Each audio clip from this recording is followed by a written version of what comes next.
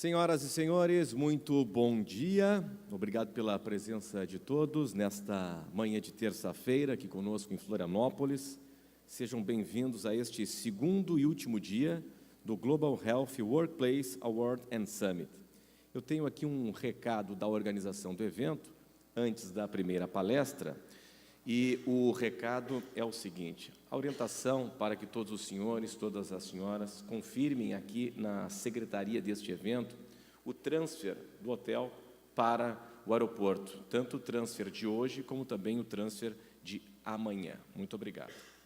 Passamos, neste momento, a palestra sobre o futuro do trabalho e o impacto na saúde e no bem-estar, com Martha Russell, do MediaX, da Universidade Stanford, nos Estados Unidos.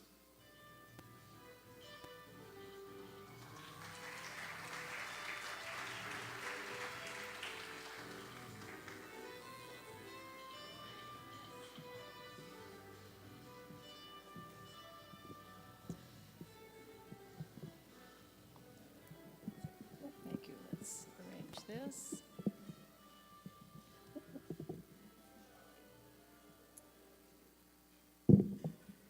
Thank you very much, and I am very delighted to be here. You're all a little bit dark for me, and I'm a little bit concerned so early in the morning after such a good time last night and an ambitious walk on the beach this morning that you be in the dark.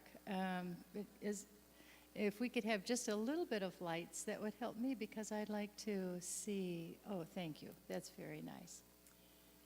So it's a pleasure to be here. And I'll be extremely happy if the invitation to get online would disappear. So, excuse me just a minute. I'll say no thank you to that and open this up. It was about 3 years ago that I first came to Florianópolis. And I am very grateful to the partners and members of MediaX at Stanford University who have taken the initiative to come to Stanford to develop relationships for collaborative discovery with MediaX at Stanford University, with CNI, with SESI, with SENI, with EL, with the companies in Florianópolis and in Sao Paulo that are part of our membership. I'm deeply grateful. I'm also grateful to be able to learn from the experiences that many of you are sharing, and I hope that I can contribute something to that as I tell you a little bit about what it's like to be in Silicon Valley at Stanford, and to look at the future of work and to think about what that means for the well-being of workers. Now, just a little bit about my organization. It is an industry-facing catalyst organization at Stanford, and in the heart of Silicon Valley, and at an institution, Stanford, which reveres excellence, we're looking for the very best questions for the thought leaders of the world and the brightest students in the world to be working on. And we look to industry to give us those questions. We interpret them in the context of the academic strengths at Stanford and develop concept-proving research projects, taking a big idea and trying a very small part of it to test whether that idea has legs, whether it could go farther. And so it's in that context that with relationships that are based on respect and mutual respect and appreciation for the experience, for the context of the other, that industry and academic partnerships for collaborative discovery are established. We're trying to understand how information technology can improve the human condition, and we do this as agents of transformation, connecting Stanford to business leaders. We have some of the brightest minds in the world on the faculty and in the students at Stanford, and we are looking for the best partners of the world. It's that quest that has encouraged me to globalize the membership of MediaX so that we understand the questions that are coming from the world. We know very well the questions that Silicon Valley appreciates. And time and again, folks at Stanford have asked those questions and developed insights that have led to many businesses.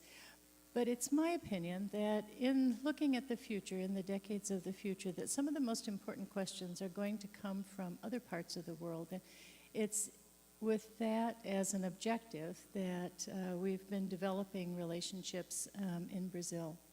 With SESI, our partnership is oriented to understanding what is needed to remove the barriers for Brazilian businesses and workers to realize their full potential. And we're exploring this, building on a lot of research that's taken place at Stanford that has looked at measuring and increasing the productivity of knowledge workers, that's looked at the future of content and learning, that has looked at the fusion of virtual and physical environments. And we're earnestly exploring how this translates to the manufacturing sector. Well, I'd like to share with you a couple of trends that, as I travel globally, I am encountering in every continent, and explore how those, I think, may relate to well-being of the workforce. And those are 6. Urbanization, the demographics of the workforce, mobility, infrastructure changes that we are experiencing, how knowledge work and the service sector are impacting us, and importantly, the sharing economy. Now, you may recognize this city. It's a Brazilian city. And like many cities around the world, it is difficult to breathe. Oxygen is essential to life. It's essential to wellness. And in Brazil, in Sao Paulo, it has been identified that more people, that the air pollution kills more people than cancer and HIV, AIDS combined. We are in a new era in which the impact of humans on the planet is one of the strongest impacts that the planet is experiencing. And there are many people who want to provide a solution to that. But even for them, it's not always straightforward. There are no easy antidotes. And people who would, for example, bicycle rather than driving a car end up having to protect themselves and their lungs from the air that they would breathe while they're cycling. So urbanization is a critical factor in the workforce and trends in the workforce. Another critical factor is demographics. And we hear a lot about the millennials. It's interesting to note that in millennials in the United States, 28% of the millennials in the workforce are managers already. Now you contrast that at the other end with the trends in aging that we are experiencing globally, and that in many countries people are staying in the workforce longer. These are 2 very important trends that I think are going to influence. We heard yesterday someone talking about 4 generations at work together. Well, they have different values. They have different sets of experiences. The contexts for them are different. Third trend is mobility and being on the go 24/7. Some of us remember evenings and weekends, but for many people, the activities of the workday have expanded into both evenings and weekends. I know for myself, because I work with people in Europe, I work with people in Asia, I work with people in South America, that I am up early for the Europeans, I'm up late for the Asians, and I can get jet lag without even leaving the office. So the on-the-go mobility is a key factor that is affecting people, and the desire to be connected all of the time has a number of elements to it. It is about the computing platform, yes. It's about how it changes human behavior. It's about the content and the way that flows. and about the financial value. These are all value chains across the computing platforms, the human behavior, the content, and the financial value that have to do with the social network, that are influenced by the technology infrastructure and the support that's available, that's part of the computing infrastructure, and that's part of the service operations. So this new infrastructure is very impactful in the work life. We have been able now to augment human intelligence in ways that is unprecedented in history. And the ability to do this allows us not only to understand what's going on in the brain, but also to tap the brains, to enhance our brains and to tap the brains of others. If we look at the flow of information around the world, and looking at it from a data standpoint, the data pipes that carry all of the information, we can get a sense of the global brain. This is augmented intelligence. South America is a strong part of this, and you can see Florianópolis here on the map as a part of the global brain. The transport of information is in many ways mirrored by the transport of goods. Oceanic transportation infrastructure around the world carries the goods that are made from one country to another, or the materials that are used in the production. And the third element of the infrastructure that I would like to draw your attention to is the infrastructure of community. It was a number of years ago, I was living in Minnesota, top state, top of the U.S., center of the U.S., and involved in a program to help some of the service organizations understand how to make services more community-focused and family-centered. And as we talked with hundreds of people across the state, they were puzzled by the question, what is my community? They said. Is it where I live? Is it where I work? Is it where I leave my children while I work? And we heard about the importance of community and people's sense of wellness yesterday.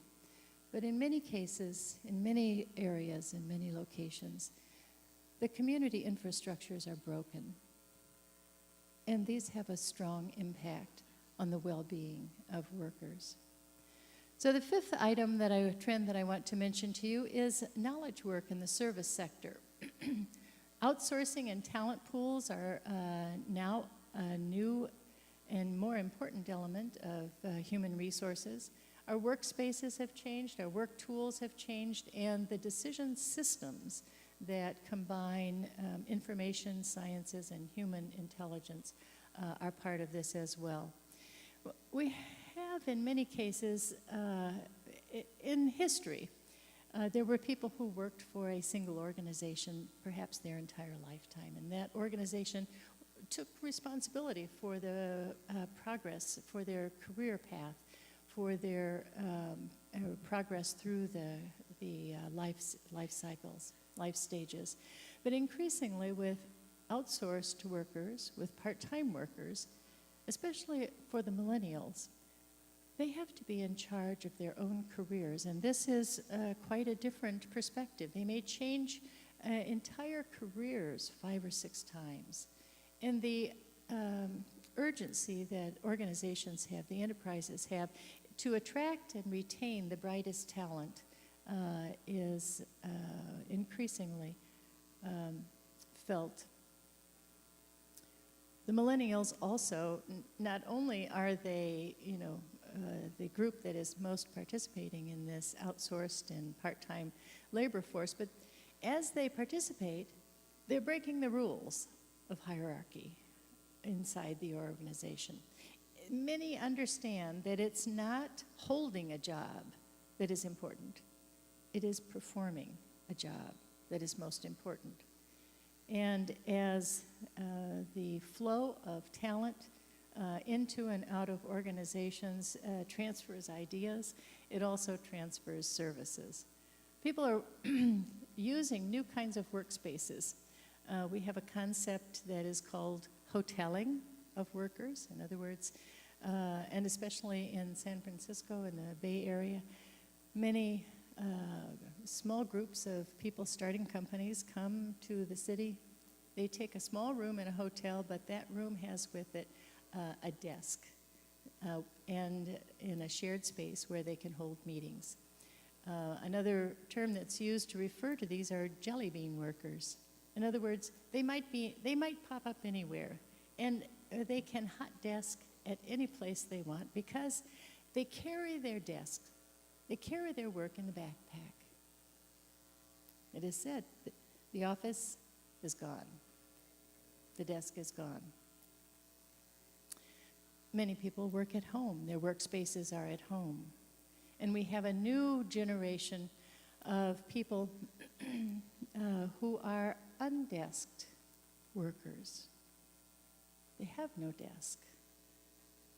But they do have tools, and increasingly those tools play social roles with them. Those tools would advise them on schedule. Those tools would give them backup of information. Those tools would play social roles, such as saying, you're right on this, you're wrong on this, you need to talk with someone, adjudicating roles, coaching roles. And as we assign more and more of these automated tasks to intelligent systems, we are creating an environment for making decisions in which we need to pay, I believe, very close attention to the partnership between automated intelligence and human intelligence. We hope that we give the right tasks to the automated intelligence, to the decision tools, and retain the important wisdom and judgment and opportunities to override the system if necessary that humans are best at doing. Probably one of the most important challenges that we will have, I believe, in the next couple of decades has to do with understanding the partnership between human intelligence and automated intelligence, and understanding when to use which one and how to bring them together in a collaboration that is best for the human experience.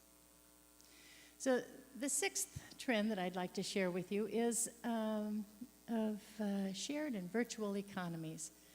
I understand that Uber has prevailed in Brazil and maybe back in action. Uber is an example, but of the many different services that are emerging as as the platform workspaces come into place, as we are experimenting and learning how to do crowdsourced intelligence, as we are understanding the benefits and the uses of big data, and as the care economy is emerging. A platform workspace essentially allows the information of many people to come together, be used together, allows a number of different applications to give people access to the various components of that data that they need, and is enabling global collaboration at scale around the world, when the expertise is instantly available to what you need.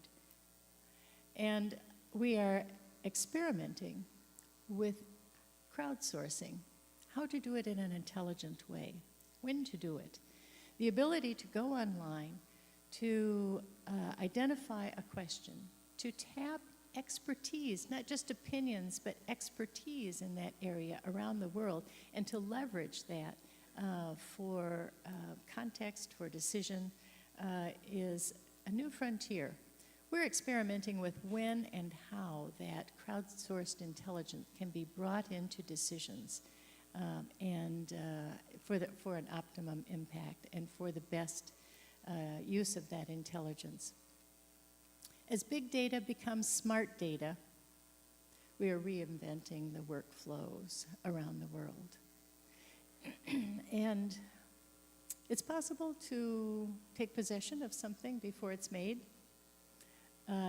It may sometime be possible to have an indication of, to know something before the details are identified. This has major implications, I think, for work, and I think it may also for wellness.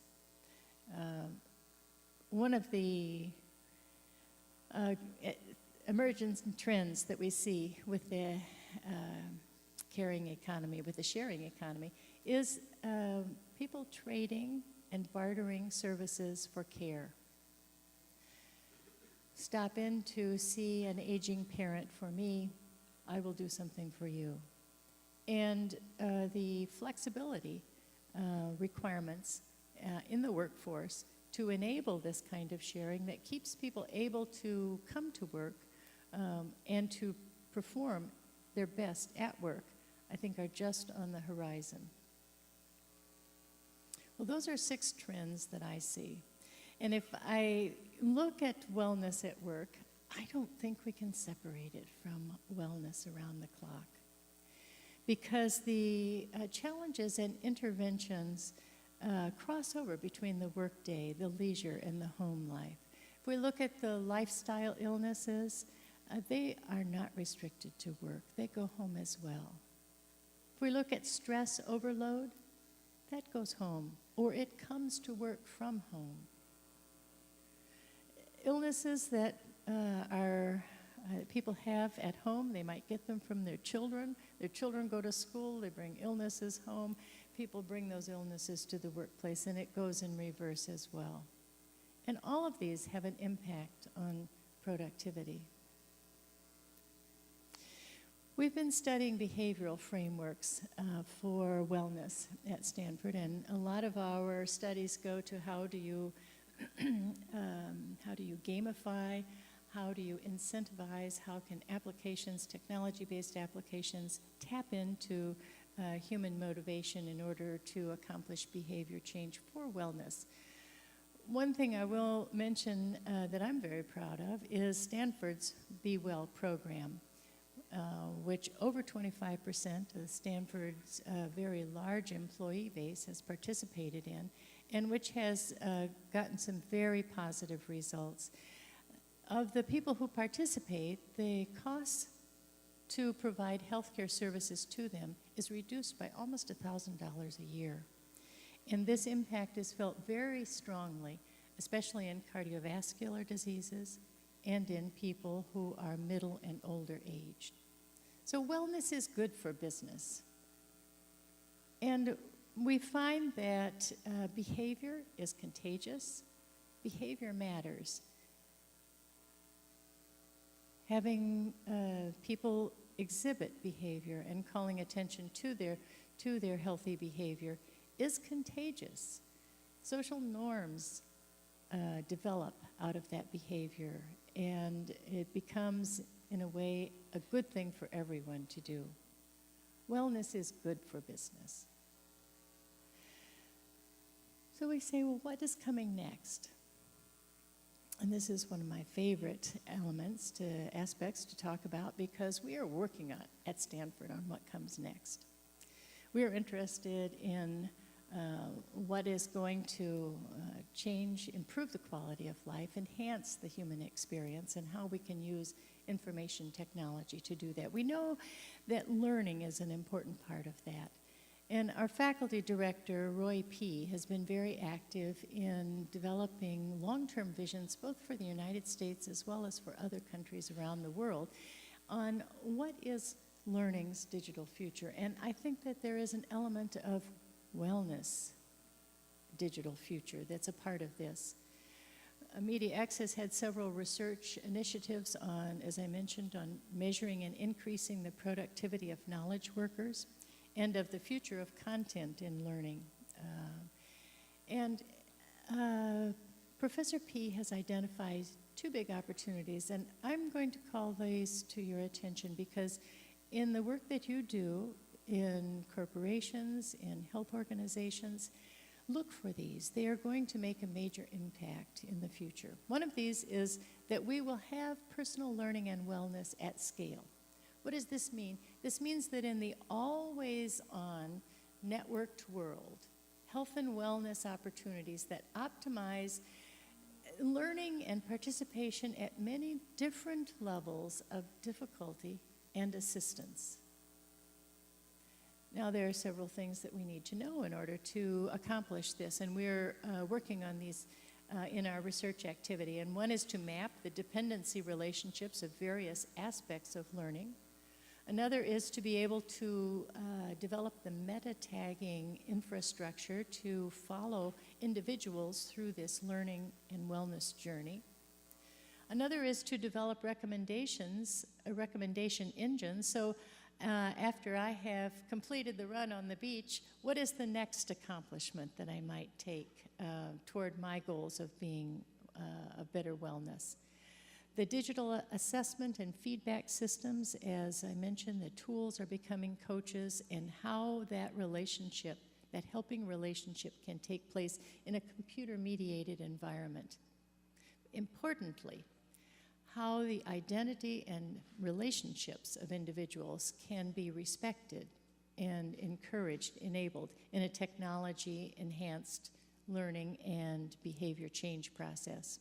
So the first opportunity, looking to the next, and it won't be 10 years, it might be 5, is personalized learning and wellness at scale. The second is multimodal learning about wellness. And in order to accomplish this, we need to understand the interaction that people have with science and technology. We need to understand the sensory modalities, how hearing, how seeing, how tasting, how haptic feedback systems might be used as part of a multi-sensory experience. We're looking at technologies and methodologies for integrating devices of various types, sensors of various types, environmental sensors, embedded sensors, mobile sensors, and how all of that information together can be coded to understand and assist the humans in that environment. Understanding that interaction between all that data over time and in context is a challenge. But multimodal learning processes for wellness are on the horizon. We have methods now of digitizing the body metric, of quantifying just about everything that there is about a person's physiology and, to some extent, about their mindset. We're using this in important ways, for example, in rehabilitation environments in which using virtual and immersive reality, instrumenting people with sensors and giving them feedback as the avatar in the scene is their coach on whether they're performing the exercises correctly. This is being used in rehab. It may be used in worker training in the very near future. One of our gurus in virtual reality and the use of avatars, Professor Jeremy Bailenson, has been working on understanding ways that personal identity can be infused into immersive environments. And it is a technology that is at hand to be able to take my image, your image, put us both into a virtual space in ways that we would recognize ourselves and each other. And we are finding that when people see themselves in the story, that they are much more attentive. They're much more likely to do the requested activity. They're much more likely to recall that information. And it's more and more possible to do that.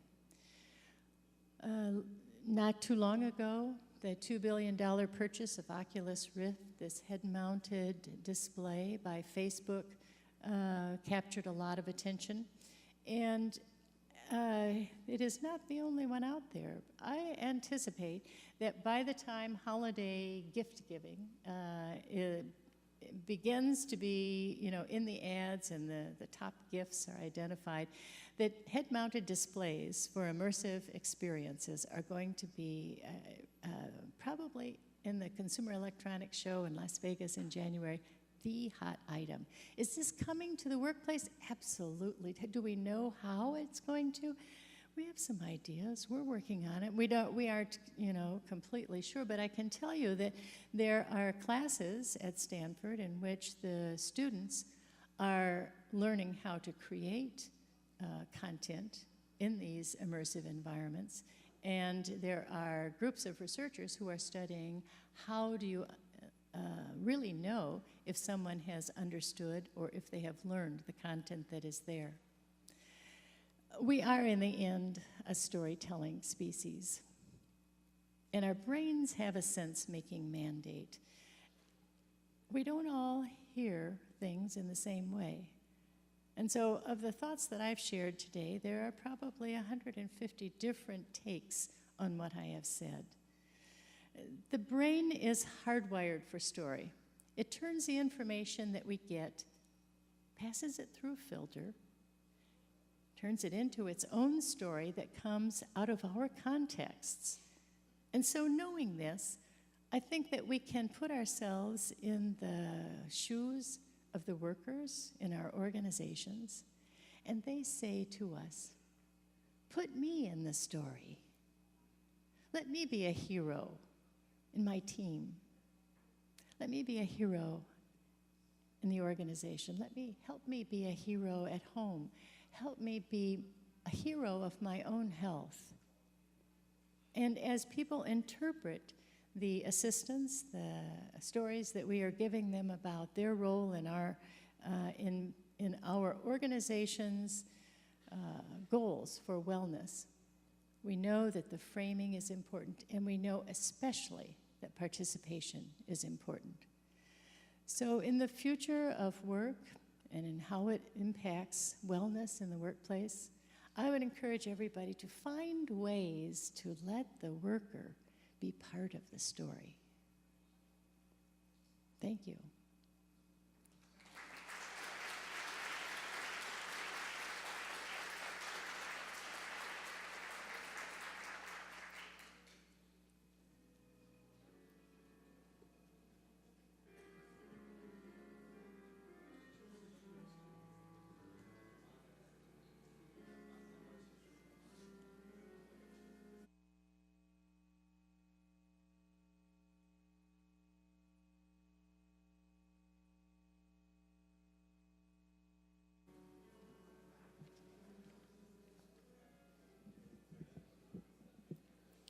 Nossos agradecimentos à professora Martha Russell.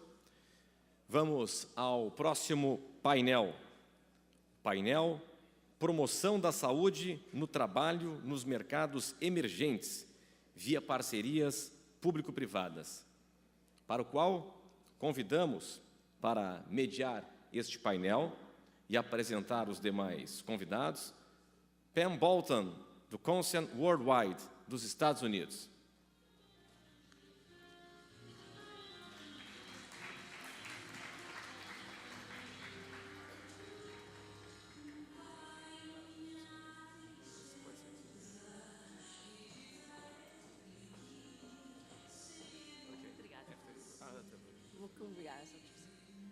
Good morning. I'd like to call up my panelists, Dr. Edith Clark, Julie Gearing, and Emily Derry. And we're going to present from the seats here.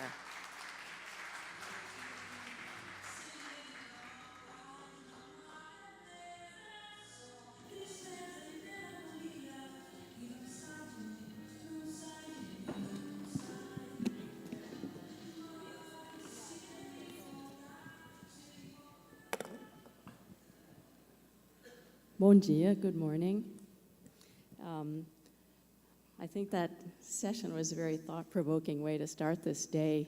I think for me, some of the things that resonated were the globalization of our work and the sort of complete mixing of work life and personal life, certainly a trend that we're seeing. So we're going to shift gears now a bit and talk about workplace wellness in low and middle income countries or emerging markets, and through public-private partnerships or PPPs. Now, I came to this work from involvement in GBC Health, what was founded as the Global Business Coalition on HIV/AIDS, and then later expanded. And so my experience of workplace wellness is very much grounded in some of the same historical background that Richard Casasella of the Pan-African Business Coalition described yesterday. I think if HIV/AIDS has, in all its awfulness, has given us something, it was that companies really stepped up in a lot of the low-income countries of sub-Saharan Africa. And then from that, programs have expanded in two ways, really. The content, from being focused on infectious disease to a more comprehensive approach, and then also from just workers to workers' families and entire communities where companies are active. And I have found that always very, very encouraging. Just as a side note, I am now with an international NGO, Concern Worldwide, the green logo, and we work in really tough contexts of the lowest income countries. And I think one thing that we can think about for next year's Global Healthy Workplace Summit is to get greater involvement of the non-governmental organizations, because there's such a challenge. The financial pressures are always there, just as with smaller businesses, and sometimes also even the income is very much restricted with respect to what purposes it can be used for, so a lot of challenges. But in any event, I want to talk about what we'll do in this session. We will explore wellness initiatives that serve employees not only in private companies, but also in governmental institutions and parastatal organizations. We'll look at some that really extend to the most comprehensive aspects of wellness, including mental resilience and even financial resilience. And we'll look at some that involve creative partnerships, bringing together very different players. So the way we'll go about this is first by describing some of the partnerships and programs that exist, and then explaining how they tend to work between private sector and government, and then perhaps touching on some of the tools and resources that have emerged from this work. So let me introduce the panelists we have here. At the far end, Emily Derry, whom you met yesterday in the regional panel, works with the Clinton Global Initiative as the head of the health track there. And in that role has been involved in brokering and nurturing a number of partnerships that we'll hear about. Next is Julia Gehring, who is with the German Development Cooperation and works as an advisor on health system strengthening with a focus on engaging the private sector. And I think that GIZ, as the German Development Cooperation is known, has been a leader in this area for many years. She'll talk about some country experience both from Southeast Asia and from Sub-Saharan Africa. And then immediately to my left is Dr. Edith Clark, a public health and occupational health and safety physician from Ghana with the Ghanaian Health Service, with also an extensive and very diverse and impressive experience working on occupational health and wellness and involvement in a number of partnerships. So I'm going to start with Julia. Julia, you work with GIZ, as we said, in a number of private sector initiatives that have kind of evolved along this same trajectory, I think, starting with HIV and then diversifying in a major way. So tell us a little bit about how that work has developed and evolved and where you are now. Is this working? Yeah. Good morning, everyone. First of all, thank you for the chance being here. Thank you to the organizers and that I'm able to share some of our experiences with all of you. I'm pretty sure that not all of you know my organization. I work for the Gesellschaft für internationale Zusammenarbeit, sorry. Now I actually said it wrong, but GIZ. And GIZ is a federal-owned enterprise which supports the objectives of the German government in the field of international development. We have operations in more than 130 countries worldwide and in Germany. Well, workplace health is no new topic to us. Since the end of the 1990s, German Development Corporation has been involved in the development and implementation of workplace health improvements, especially in sub-Saharan Africa. That's where we started off, due to the high pressure of HIV/AIDS and the burden not only on the national health systems and the individuals, but on businesses as well. So where we started off was in a collaboration with companies in a PPP framework we have, public-private partnerships. And in the time in between 2002 and 2012, we had around 49 projects, 46 in direct partnership with companies.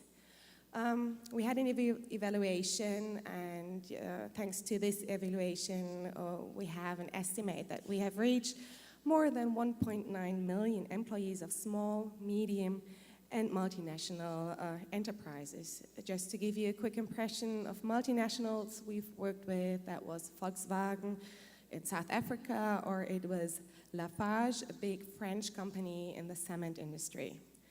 But we not only have worked with big companies, we've worked all across different industries, starting off with agriculture, which is a main sector we collaborate with. We work with service providers, we work with the mining sector, tourism sector, transport, and even with food and beverage companies.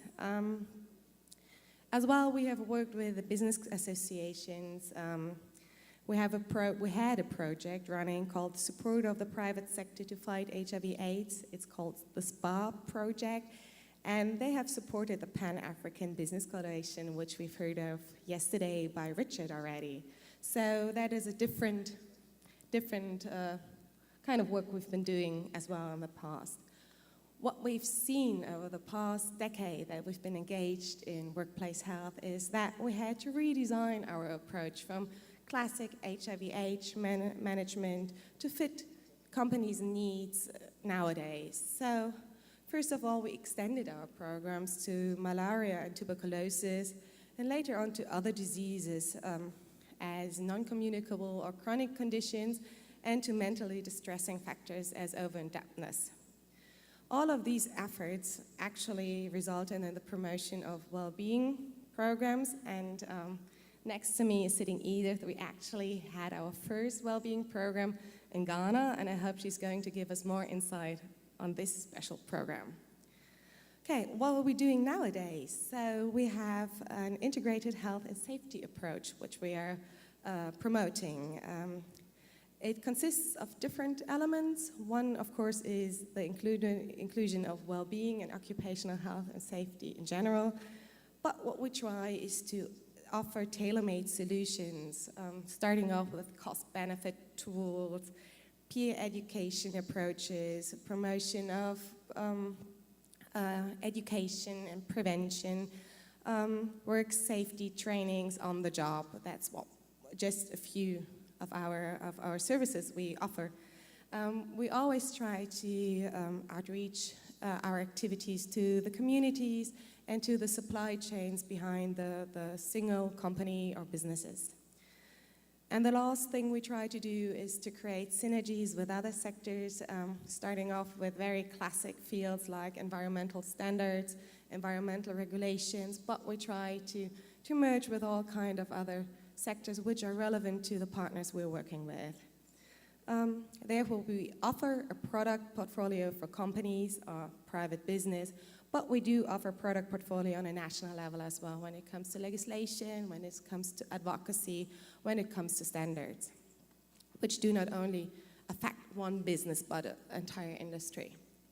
Last but not least, I would like to quickly give you a broad overview of our PPP framework because it's in the title of this session.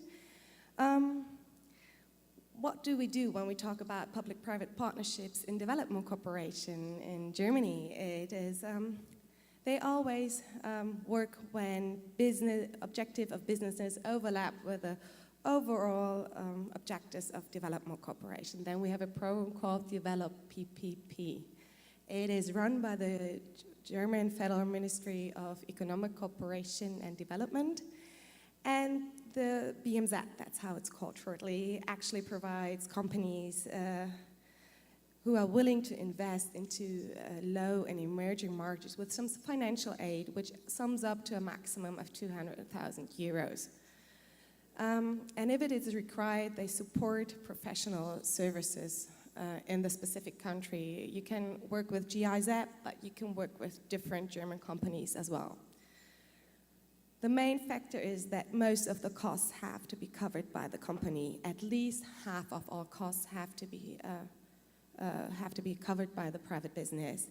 And this kind of partnership can't exceed a time period of 3 years. We do have a second scheme in this framework, which is called strategic partnerships, what we actually have in Ghana. Okay, how shall I put it? But no, I'll do it the correct way. The strategic partnerships aim at projects with the potential of achieving outstanding development benefits. That is a high mark, but what do we actually do? There are a few preconditions to enter a strategic partnership. That means it has to have a transnational scope and must focus on the industry in general, and not only on a certain business, but the entire sector. It must bring together various actors in the field, national, private actors, NGOs, other organizations, national or international, or even trade unions or business associations. A precondition is that this kind of project needs a minimum of 750,000 euros as project volume. But anything below is not applicable for this scheme. And the public contribution can't be more than 50%. So this is just a quick overview of what we've been doing in the past decade, and I'm looking forward to hearing more from Edith. Great. Thank you, Julia. I want to now take us from the overview to a specific example, as Julia has said. Edith, tell us a little bit about your program. It's very comprehensive, some of the elements and some of the achievements. Thank you very much, Emily.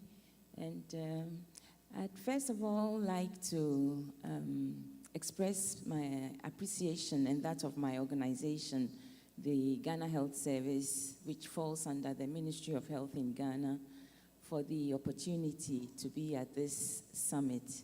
It is indeed a wonderful opportunity to learn from you all and to see what's been going on around the world in the area of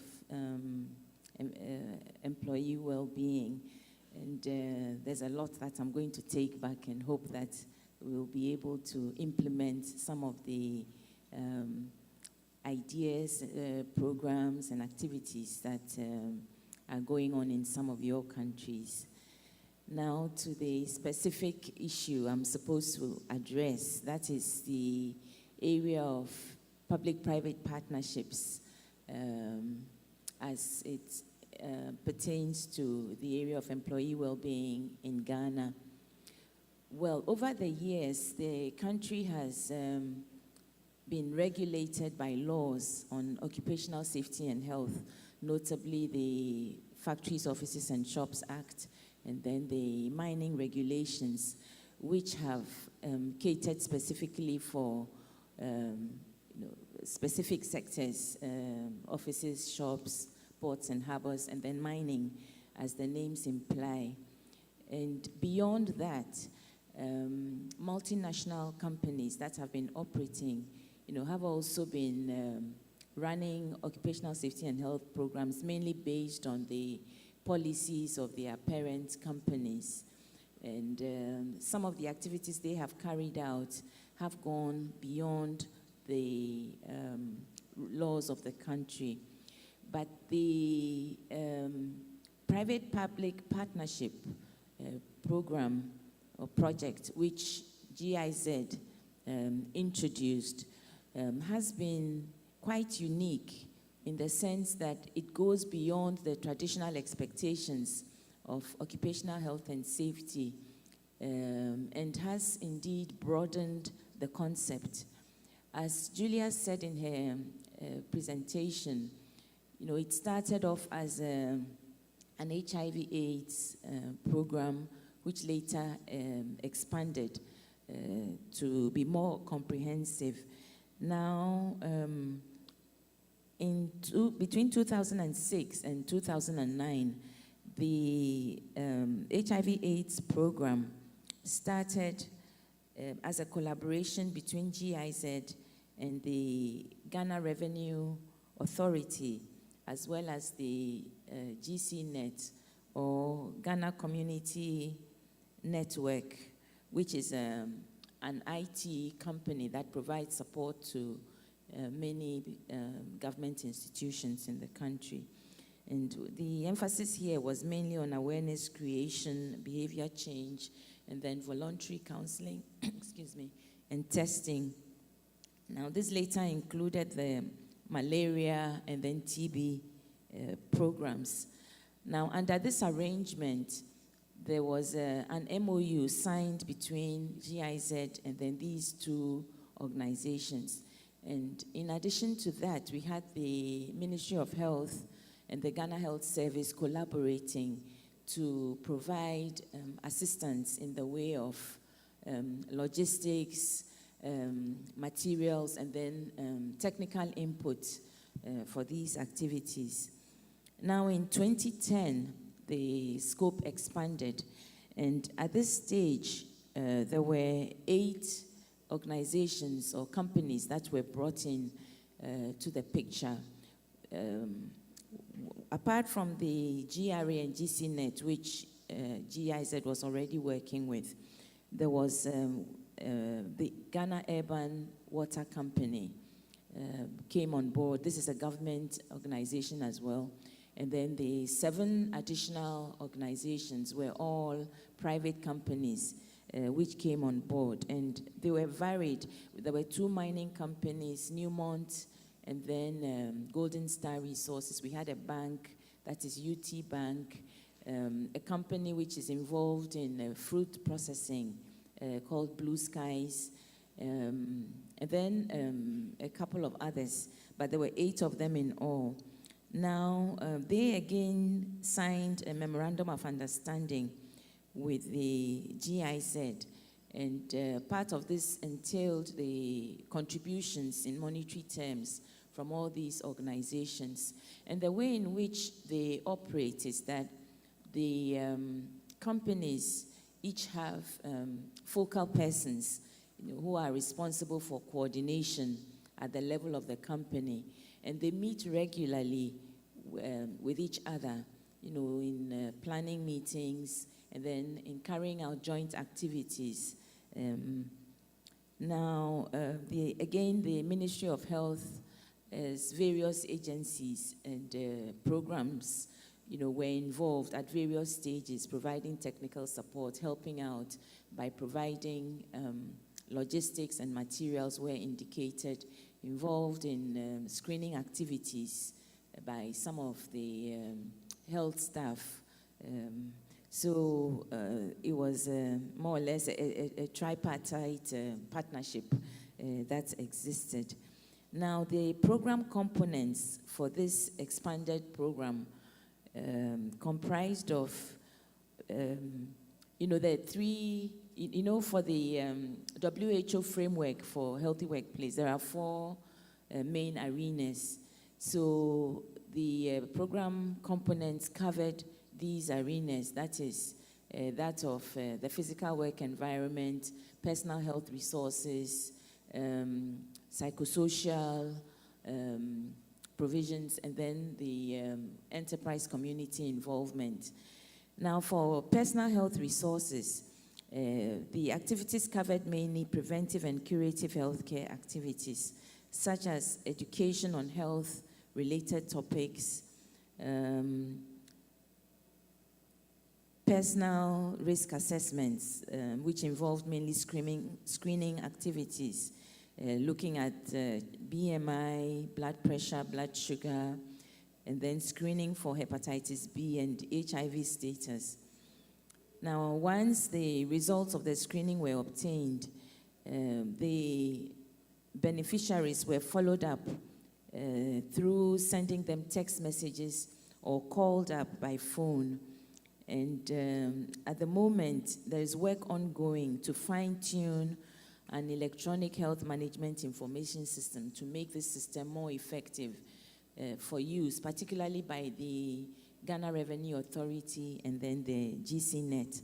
Other activities included first aid and fire prevention training, and then paying for the use of gyms by the company for its staff. Health walks were organized for the companies. And now under the area of social, the psychosocial, there was a lot of emphasis on social protection. And this covered areas like providing insurances, particularly health insurance, where in the country, we now have the National Health Insurance Scheme. So the companies paid the premium for the health insurance scheme for their workers, and then also a top-up insurance, which is a private insurance to enable them access other services beyond what is provided by the National Health Insurance Scheme. And then terminal schemes were also put in place, such as helping to prepare workers towards retirement by putting them through courses which will enable them to prepare themselves psychologically and materially. And it also had issues of general welfare quite uppermost in their considerations. Now, another interesting area that was given a lot of attention was the area of financial wellness, where financial literacy training was provided to workers, as well as counseling in helping them manage their finances, training on investments, taking on loans and how to manage these facilities. A third aspect of the psychosocial was business continuity plans. Again, this was an area which was meant to provide a risk management strategy to minimize threats that may disrupt business in the event of traumatic events or unexpected events that may happen. And it's interesting to note that during the Ebola crisis, even though Ghana was not affected, it provided a level of confidence for companies that had been through this process, because they realized that, it had empowered them to such an extent that if Ebola, was to strike in Ghana, they had a strategy in place which would enable them to ensure that their businesses would keep running. And then, last but not the least, was the area of enterprise community involvement. And some of the activities that the companies engaged themselves in this respect was with regard to organizing health fairs and screening activities for communities, engaging them in malaria control programs, for example, helping to distribute insecticide-treated bed nets for them, helping some communities in payment of premiums for the National Health Insurance Scheme. Some of the achievements that have been quite notable, based on some evaluation that was done a few years ago, was in the area, just last year actually, was to do with conduct of interviews of beneficiaries and other stakeholders. And some of the ones which really stand out are improvement in lifestyle. That was noted by a lot of the employees.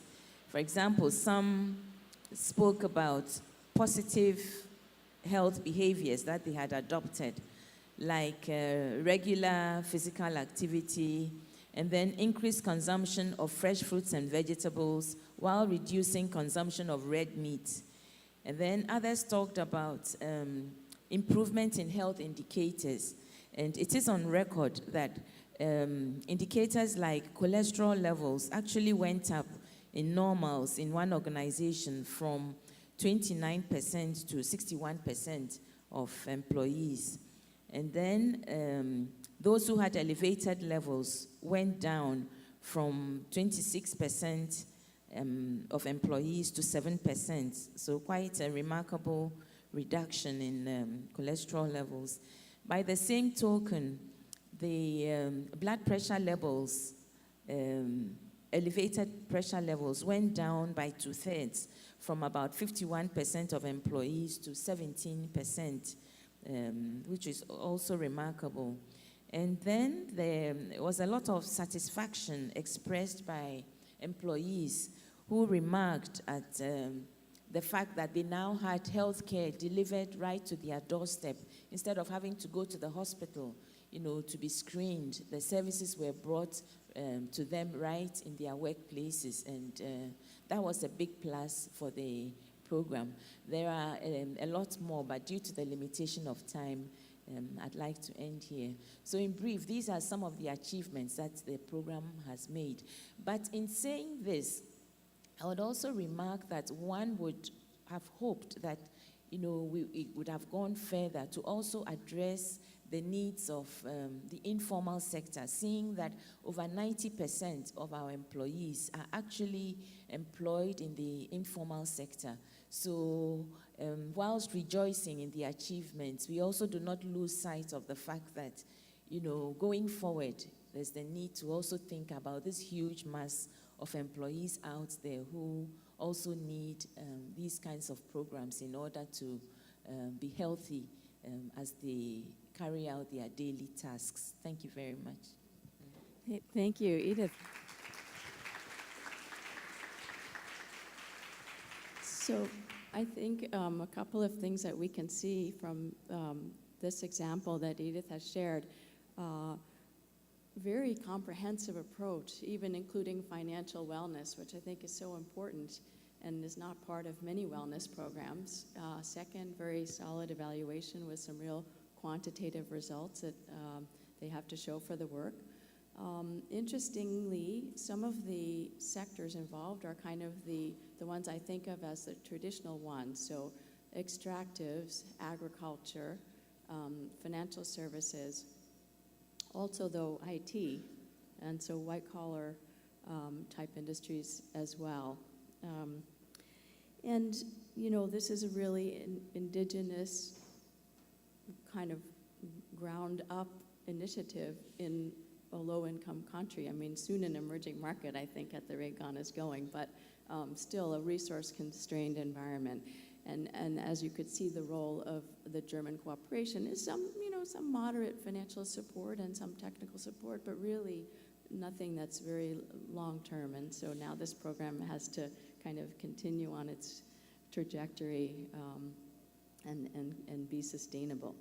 So that's an example of a bilateral kind of arrangement with multiple partners in country and then just one external partner. With Emily Derry of Clinton Global Initiative, we will hear about how CGI works with whole different range of institutions. So with companies, of course, also with academic partners, with NGOs, to create partnerships that will improve wellness. So Emily, let me turn it over to you.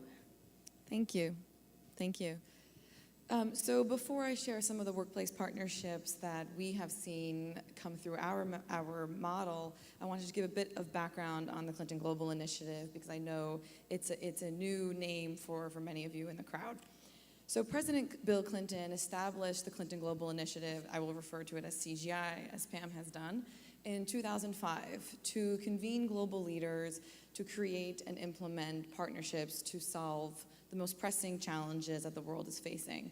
Anything from energy solutions to agricultural solutions to solutions in global health, local and abroad, multilateral, bilateral, and singular company-led commitments or NGO commitments.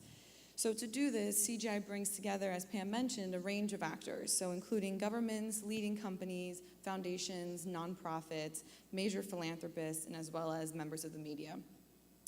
Our membership convenes regularly throughout the year by way of smaller, more intimate meetings to build partnerships, to network, to really discuss these issues and the possible solutions, as well as larger formal conferences. And our membership culminates in September in New York every year at what we call our annual meeting. And that's a meeting of over 1,400 participants, including all of our members and members of the media. And CGI, this entire model and this entire platform is really to drive, as I mentioned, partnerships and projects that we call CGI Commitments to Action. So the Commitments to Action framework is really the cornerstone of our membership model and our reason for existing. So a CGI commitment is a bold new way to address a specific challenge. There are specific criteria that define a CGI commitment, but it can be large or small and financial or non-monetary. It can be a scaling of an existing program or a new partnership or program that will be implemented in the future. And to date, as an example for a data point, the CGI community has made over 3,000 commitments to action since 2005, and they are affecting the lives or improving the lives of over 430 million people in 180 countries. So it's really a global reach and a global presence, and as I mentioned, on a range of issues. But just to clarify, rather than directly implementing commitments and projects, CGI acts as the facilitator and the convener and the platform through which this work can be done and can be created. And then we use our annual meeting in September as the launch point and the launching pad, where we announce the work that is forthcoming by our members, or we celebrate its progress along the way and its impact and results. So on the topic of data and measuring your impact that we discussed yesterday, that's very important to us, and we try to work very closely with our members to make sure that we have accurate metrics year after year so we can really stand behind the CGI commitments that we help launch. So now, in terms of some relevant commitments that are improving workplace health in emerging markets through public-private partnerships, there are a few major takeaways that I'll share first before getting into specific projects. So what our members have seen through their commitments is that it really has to be relevant to the local context, which is a bit of what we covered yesterday in the panel as well. So whether it's diabetes or malaria or HIV that is really affecting the workforce in a given context, whether it's local, regional, or international, it has to be locally relevant. And the more locally relevant it is, the better the business case, or the stronger the business case will be within that context. Because as I've also mentioned, depending on health systems and the healthcare infrastructure, there's always a question of who pays and who benefits on both ends, whether it's the employer or the employee. And what we've seen our members advocate for in terms of a business case is not only the bottom line and a financial business case, but also the other topics that we mentioned yesterday: absenteeism, engagement, sustainability, productivity, and the rest. And then, of course, what they have seen is that strengthening the environment for workers, improving their health, of course, also improves the bottom line. But in some cases, they haven't had to push the bottom line business case. They've been able to push other aspects. And then in emerging markets, what some of our members have seen in terms of emerging markets such as Bangladesh and others is that several of these companies have already taken up occupational safety, as we've heard. And therefore, they have clinics on site to address occupational safety concerns. So that provides an opportunity to leverage those clinics and leverage that infrastructure in terms of human resources and hard infrastructure to build out more of a wellness and comprehensive health approach rather than a specific focus on safety. So that has been one avenue of success as well. And then the last point that I wanted to mention before going to specific projects, which we haven't discussed in too much detail yet, is how do workplace health promotion programs impact women specifically? And I think it's a very important question in terms of emerging markets and given the workforce within some emerging markets and some specific industries, actually. And in terms of breaking the cycle of poverty, our members, and one that I'll mention specifically, has really promoted workplace health promotion in industries where almost 90% or more of the working population is women. So that is beyond just health and wellness, but more about women delivering health services to women specifically.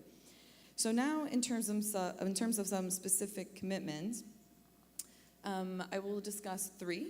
One works on tobacco cessation, and it's called the Global Smoke-Free Worksite Challenge. And it's actually a partnership with GBC Health, the organization that Pam used to work with, and Johnson & Johnson, American Cancer Society, Mayo Clinic, and the U.S. Department of Health and Human Services, as well as other organizations, both U.S. and non-U.S.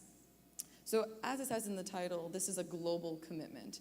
And what we've seen this commitment launch and implement is really programs around the world, but I'll mention specific ones in Brazil, Japan, China, and Jordan as examples. So as background, the challenge is a global multi-sector partnership that works with employers to make their work sites smoke-free or at least tobacco-free. So that's both for smokers to help with cessation programs as well as the rest of the employee base to not be exposed to secondhand smoke. So it's not just directed at smokers. And something that they've been most successful in developing is what they call smoke-free in a box. So it's an actual toolkit that they can give to employers in various countries to help implement this program. So the toolkit provides information for different levels of employees within a company, so everything from senior leadership to managers and to other staff as to easy day-to-day advice as to how to implement and how to sustain this type of program. And what they've seen in this case is that really public support has been the biggest driver for their success, because employers will of course do what the public sees as beneficial and what they see as reputation building for an employer.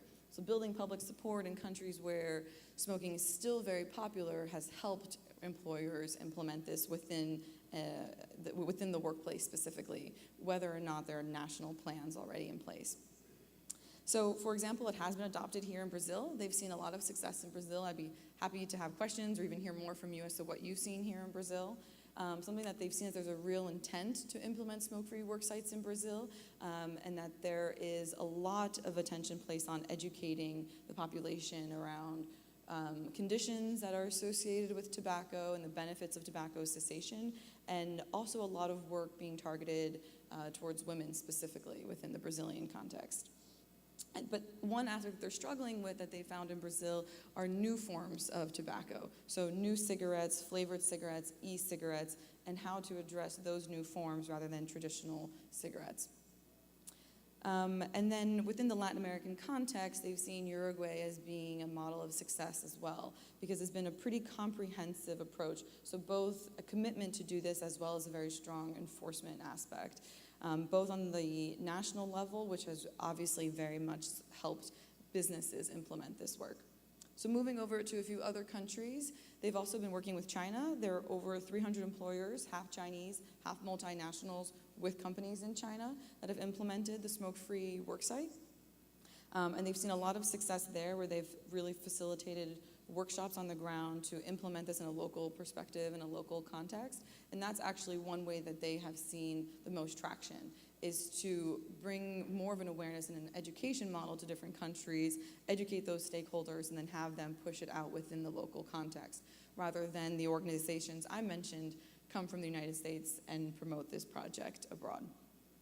And then, as I mentioned, I'll also discuss Japan and Jordan quickly. Japan has been very successful in that there's the potential of a smoke-free law being passed. So again, on the government level, that has been helpful for employers.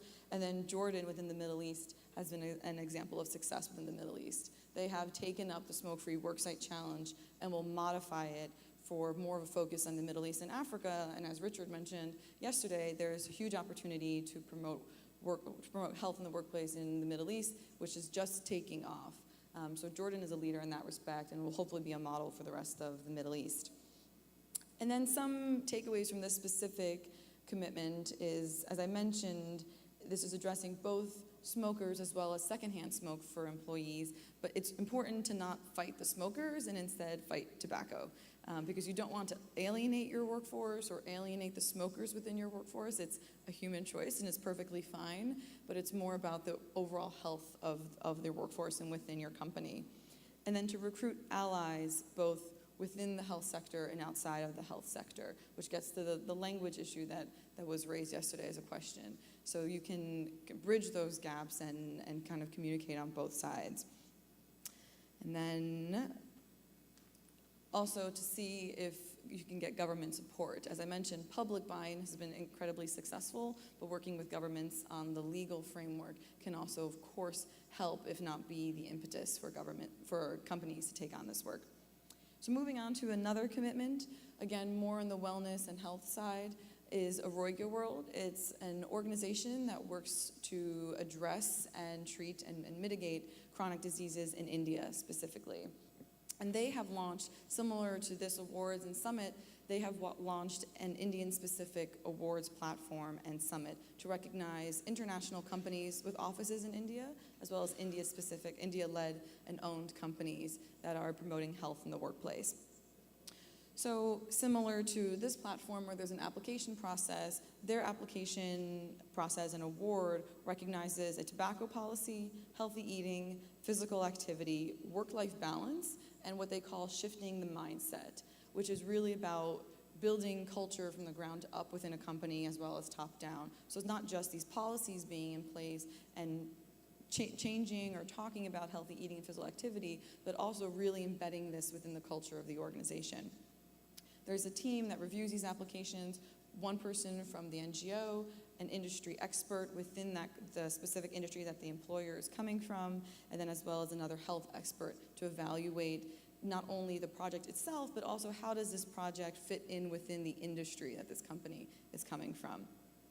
And they've been very successful in what we discussed yesterday in providing notoriety and celebrating the companies that are doing this work.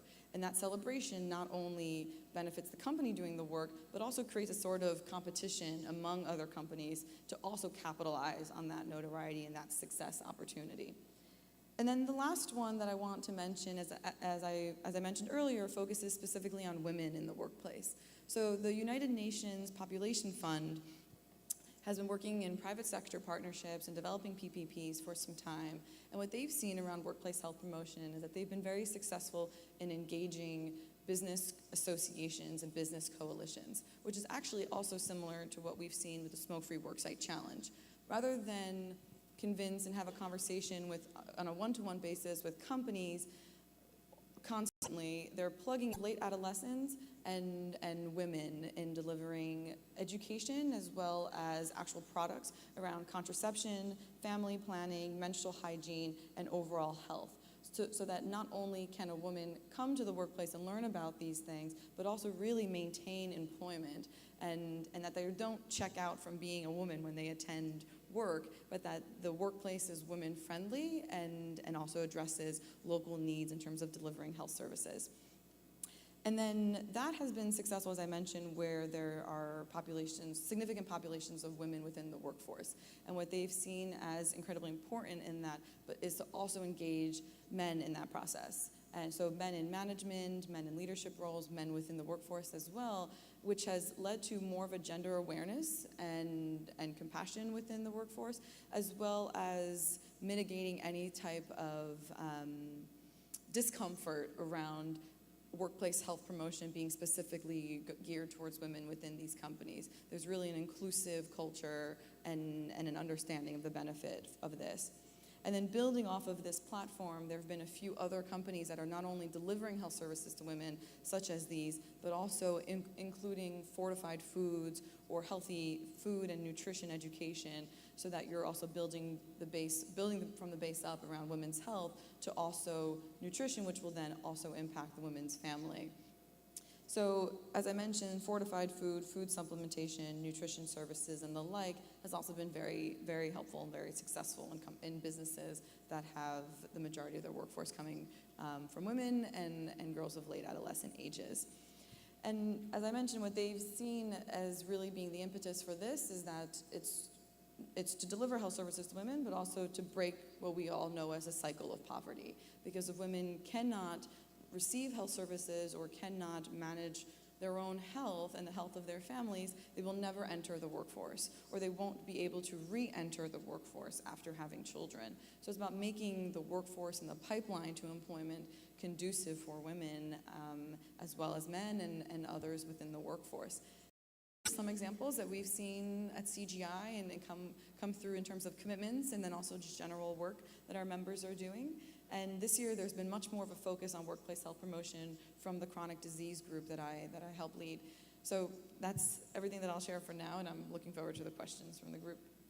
Great. Thank you very much, Emily. Thanks so much. A few points that, excuse me, that I got from that. I think awards. I love awards. I think they're very motivating. Companies like them, in my experience. So that's a great initiative with the Arogya program. I also think India. I don't know how well represented Indian enterprises or enterprises with business operations in India we are today, but certainly for next year that would be a geography to target because so influential, so much growth and also such dire inequity in the country. Another thing really great to hear about partnerships targeted at women's wellness. We know that women workers have different needs and often do not have as much, are not as able or in the habit of kind of sticking up for themselves, especially in some of the garment industry or industries that are lower skilled workers. So a great initiative, and it also makes me think that maybe we could get next year BSR, the group that was founded as Business for Social Responsibility, to talk about the HER project. They work a lot with women workers, both on health and financial wellness. So just some thoughts. The other thing that's so great is with smoking. I mean, when I worked at GBC Health, we knew that globally, smoking and tobacco cause more death than AIDS, TB, and malaria combined. So it's a huge, huge issue. And of course, in the emerging market countries is where a lot of the tobacco countries are targeting their advertising because smoking rates are coming down across the industrialized countries. So something to really keep fighting. So I'm going to ask maybe one or two follow-up questions here, and then we will open it up for questions from the audience. So please be thinking of questions you'd like to ask or comments to add. So maybe I will turn to you, Julia. You have talked about the trajectory of GIZ's work and how things have changed over the years. And I think you also have some insight into what may be trends of future work or things that are gathering momentum now. Why don't you talk a bit about that for us? Thank you. Yes, I find it highly interesting that UNFPA is actually engaging with the women, and I'll get back to that in a minute. We've talked about it yesterday and today as well. The world is changing at a pace that we've never seen before. So globalization of businesses, technical developments or innovations, and demographic transitions are trends or developments which are changing our personal lives and our workplaces. So especially aging and the migration to urban areas, we already see in our field of work that it already has impact today, and this impact will grow in the near future. So all of this will lead to different kinds of employment patterns, as we already talked about yesterday, talking about part-time work, working from home, being offered temporary jobs and without long-term job security. This is something which will not only change jobs or working conditions in Europe or Northern America, but all over the world. So that is something that we're seeing. And another issue which we've been observing is that high rates of unemployment will be one of the major global social problems of our future. So this is something we should definitely address. Until now, what we've experienced is that investments into health and safety of working population has been targeted at large-scale enterprises mainly. Or there are examples of medium and small-size enterprises, but usually it's the multinational ones. But it is of increasing importance that not only it's of increasing importance not only for employment, but it's important for national stability and economic growth. Therefore, I would like to advocate to have a closer look on the informal sector and at small scale and micro enterprises. Right now, we've had a big conference last year in India addressing informal workers at construction sites. We had the German injury insurance coming all the way from Germany discussing the topic on site with a trade union which is involved with women's rights. And we were discussing how, when we talk about small enterprises in construction in India, we talk about really small enterprises, and they're highly dependent on informal workers. And there are a lot of risks on construction sites, and once in a while in India, human rights or human labor is just a big resource, and they not always have the safety issues in place that are safety measures which they need. So this is tricky, and we still don't know our way yet to go, but we're trying to address issues like this as well. Looking at sub-Saharan Africa especially, we've seen, due to the pressure of HIV/AIDS, many perilous structures were not only established in the health systems, but when it comes to health promotion at the workplace as well.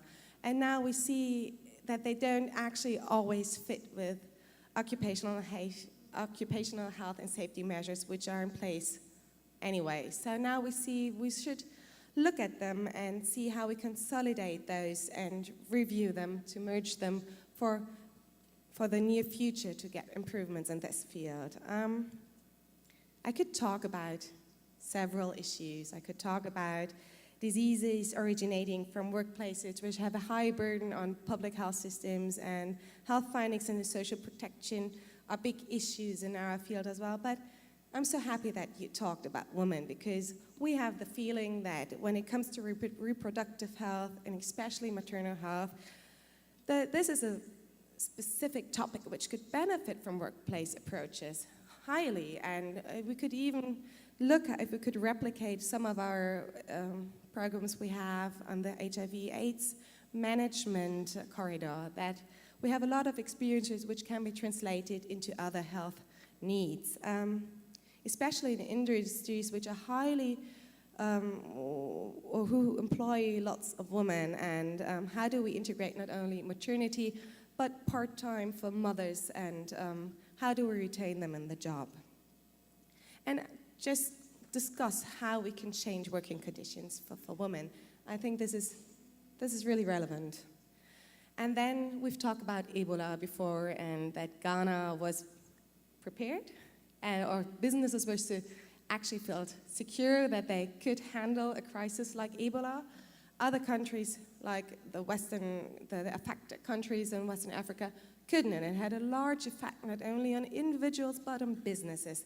So we would like to discuss how business can contribute significantly to effective systems of pandemic preparedness, because our programs, they always have an outreach component. We try to get the environment, the communities, the supply chains involved, and businesses do a lot more than just offering service on their own premises. They go out there and they give education, medical services, prevention to the families and the communities out there. So it would be easy to link another just small element to pandemic preparedness, to get the doctors on-site medical centers to be aware of it, to train staff, and just to have information and which is available integrated into approaches like this. And we do see the benefit for businesses just as well as for the community. Thank you. Great. Thank you very much. I'll ask just one more question here, and then turn to the audience. So, part of why we're here is to share experience, share tools, and provide inspiration and guidance to help others in the room to advance programs. I'll put this out to all three of you. Are there tools that your work has generated? Is there guidance? Are there resources? What would you suggest that people consult? Yes, Emily. Sure, I can start. So as I mentioned, the Global Smoke-Free Worksite Challenge has an international presence, and this toolkit that I mentioned comes in, I believe, 6 languages, also in Portuguese, given that it's in Brazil. So it's in Portuguese, Chinese, English, of course, French, and I think Russian, and I'm forgetting a couple of the other languages. But I think, too, that if there are countries of interest or that are interested in the toolkit, that it's already developed, so all it would take is to translate this toolkit. But it's been incredibly helpful for these countries to have an entire implementation plan, as well as human resources behind that and support in terms of implementing it. And then also, as you mentioned about BSR, UNFPA, of course, is doing the work around delivering health services to women. BSR and GAIN, they are the ones, as I mentioned, doing more of the nutrition aspects as well and healthy food. And I think all of those have built out a framework, but then have to modify it depending on the local context that they're working in. So there's always this inherent need to adapt and to modify whatever's been developed for different contexts. So I would be happy to discuss if there's a specific interest or a need and to share those tools around.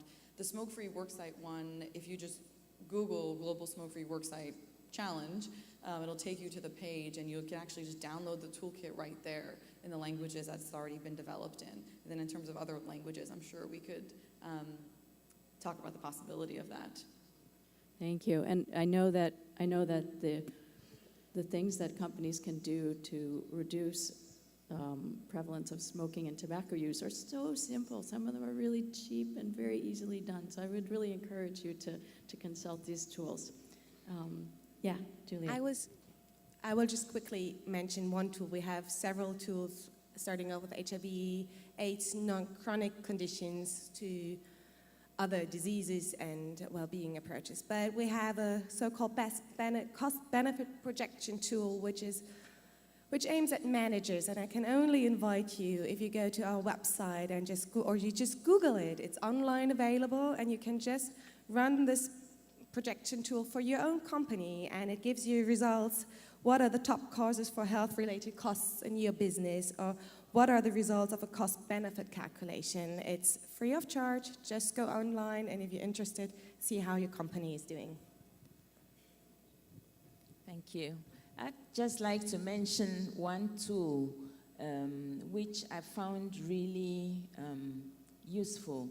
This came out of the EWP program, and it's a manual. It's called an EWP manual, which covers all aspects of the EWP program as it's being run in Ghana, including other components that are yet to come on board.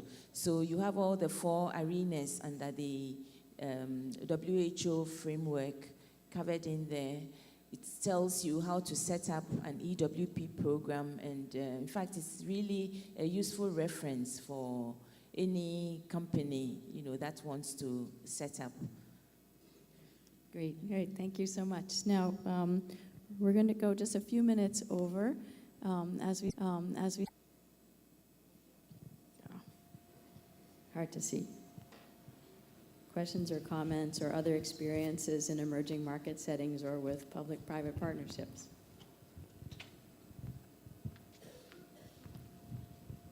Okay, so, yeah, Richard.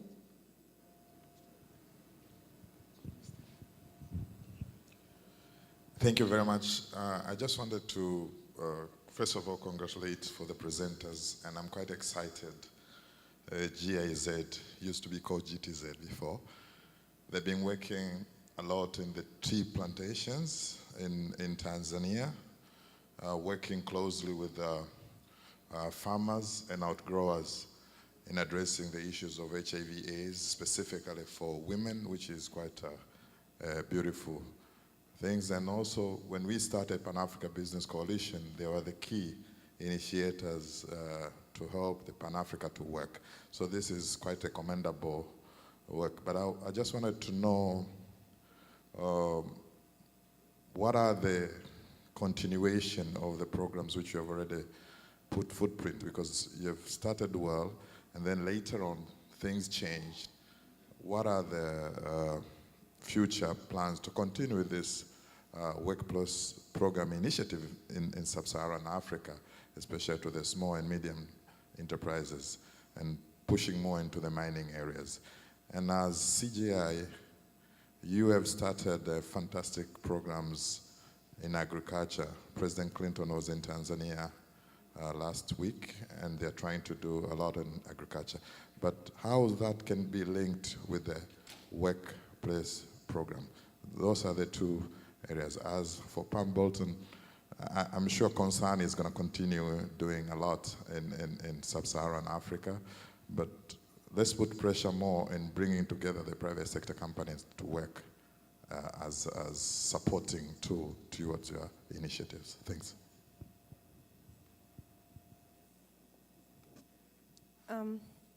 I will quickly start. Yes, you've addressed a few of the weaknesses we have with our public-private partnership framework because we're limited to 3 years.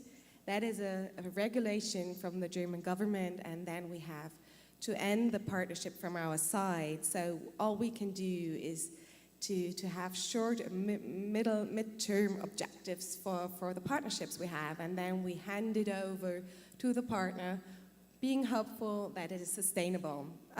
What we try to do is actually to link it to our bilateral projects. We're an implementing agency, so usually, as in Tanzania, we do have a regional project, and we try to do it over our bilateral project. What we've been seeing lately within GIZ that our own colleagues have forgotten about our quite successful workplace approaches, and they are trying to think of new ideas and innovations, how they can address the issue. So what we're doing right now is we're developing a strategic toolkit together with our colleagues from the economic department, how we can actually promote this more effectively internally as well as externally, because we do have the feeling that industry and companies in sub-Saharan Africa, but in Asia as well, they are highly interested, especially in a few countries in Asia. I mean, Asia is very diverse in the economic development, and where they stand from is that they have issues in the field of ISO certification, of standards, of getting into international markets and being competitive. And Africa, sub-Saharan Africa, we still have more of quality issues of absenteeism. How do we improve there? So it's work in progress to overcome those bottlenecks. We do not have the final answers yet, but we're highly interested in your experiences of how you've managed when GIZ actually got out of the PPP. And maybe you just give us some of your thoughts and input.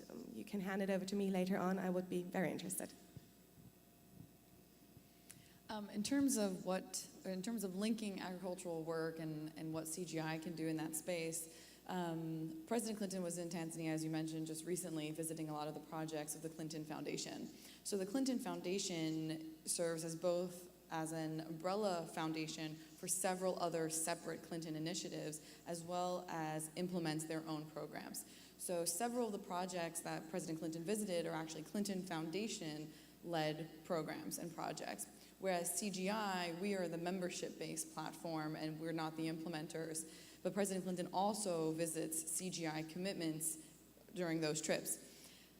So that's just to clarify the different opportunities there and what's happening on the ground. But there's a huge opportunity to link agricultural work and other Clinton Foundation programs. We are part of one cohesive family, and we do work together in making sure that internally we're aware of the different programs, because both the agricultural side as well as the other health systems work and HIV/AIDS work that's been going on for so long, actually our fellow initiatives could be great commitment partners. And that's something that over the years we have started to do more and more of, is to not only look within our membership as to where we can develop partnerships for our members, but also look inwards and say possibly could the Clinton Development Initiative, the one working on agriculture, could they actually be the best partner for one of our members? Or could the HIV/AIDS initiative, now by Clinton Health Access, would that actually be the best partner depending on the region? So there's definitely an opportunity there. It's more of an institutional structure and question, but aside from our name and label and branding of programs, I think there will have to be more creative thinking and innovation in terms of workplace health promotion, and what do we mean by workplace in emerging markets?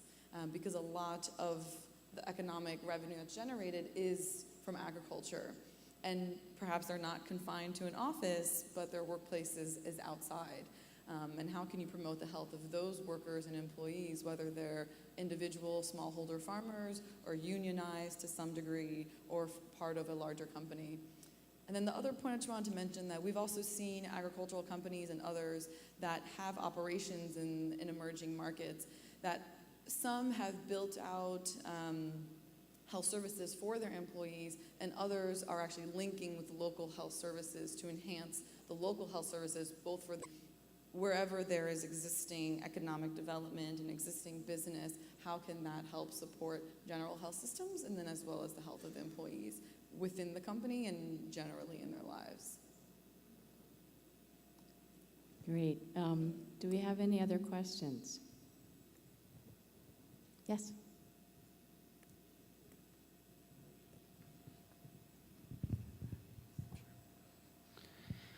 I'm interested in knowing whether there's been any effort to try to draw from one part of the world and take something that may be outstanding and deliver it somewhere else. So, for example, instead of just delivering something in China, China has a lot to offer in terms of, let's say, holistic approaches to care, what we might call in the West alternative medicine, not a good term. And my trips to Africa suggest that the African people are remarkably resilient. And in other parts of the world, perhaps the United States, people get very upset when they get a spot on their tie. So can we, instead of just bring things to other countries, take things from other countries and share best practices, best I'll say, social norms?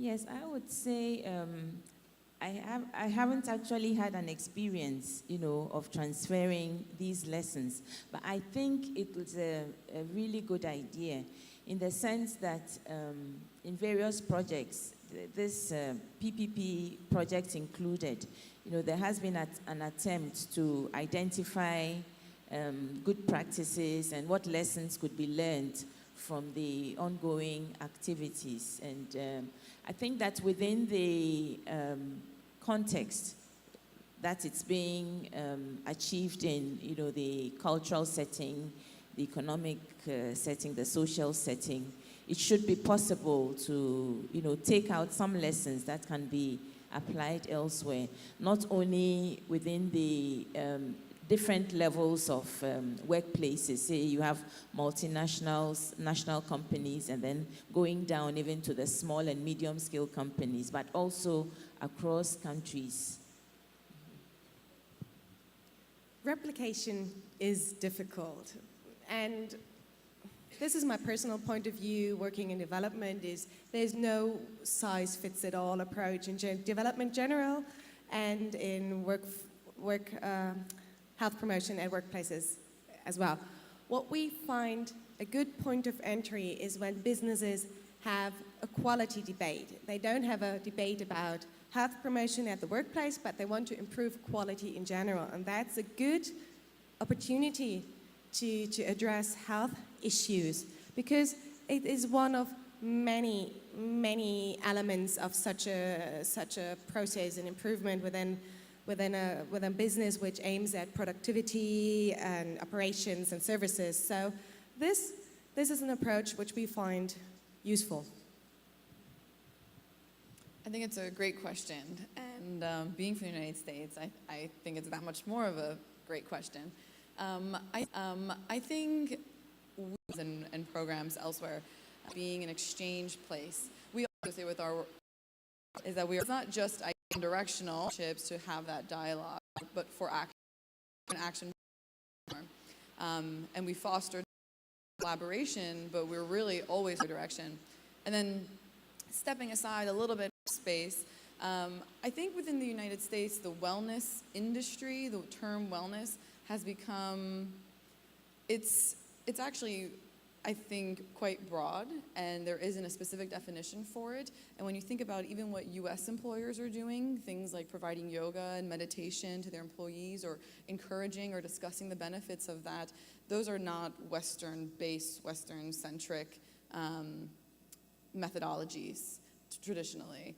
And so you've already seen this cultural exchange, but it may not be as overt or deliberately named that. But you've definitely seen an exchange and an assembling of best ideas and best cultures from different places. And I think that's generally the trend.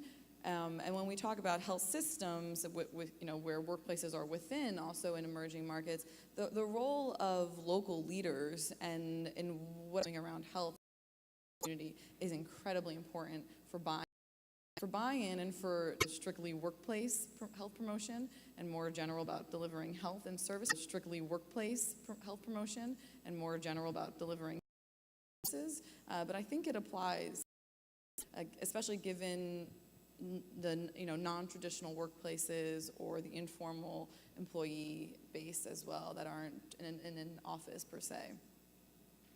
And I would just add one very brief comment. Is sometimes with replication and sharing, it's not the content as much as just the process. So visiting another program, experiencing it, having that personal experience, developing the relationships that create some sense of investment on your part is another way. So that would actually mean that all of us here should think about who we've met that we could exchange with.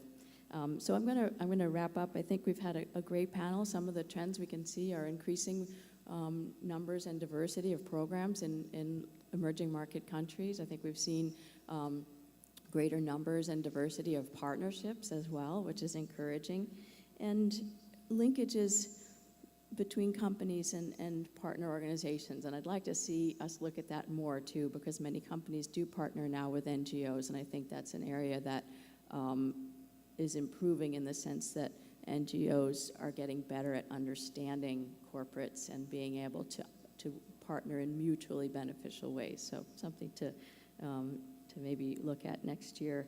And maybe just the last thought, taking from the session before this, norms, changing norms. We're social people, and behavior changes are contagious, and social norms are contagious at an individual level, and I think they're also contagious at the level of corporations and institutions. So let's raise the bar, and let's get higher expectations for what companies and employers can do for their workers. So let's thank our panelists. I think this was very great to hear from you, and then we'll go to a break.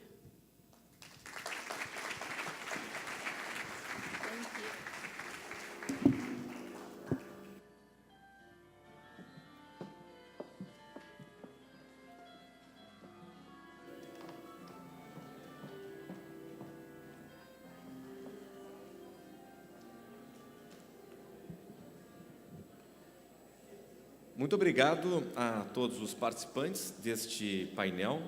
Nós passamos agora, na sequência, ao coffee break, e mais uma vez será no espaço SESI Bem-Estar. Nós iremos retomar as atividades em 25 minutos. Até mais.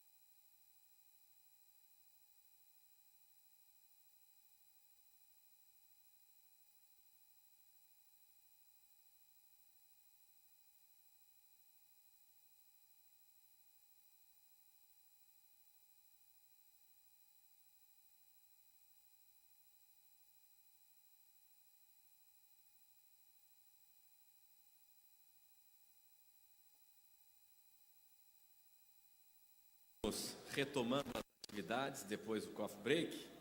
E neste momento, as apresentações das empresas finalistas do Prêmio Global Health Workplace, agora na categoria Empresas de Grande Porte. Convidamos o senhor Wolf Kirsten para conduzir estas apresentações e coordenar as perguntas e respostas.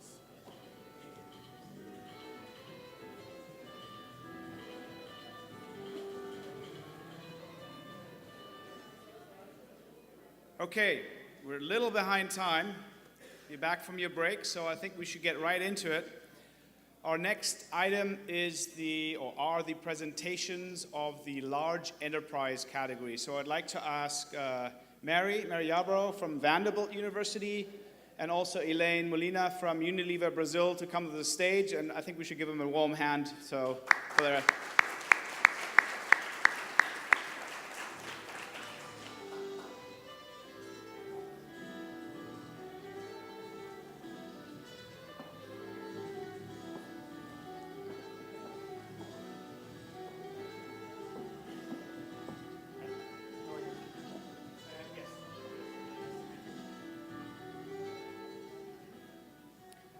Okay. Who's first? Elaine? Are you ready? I think we need to get going. So, please.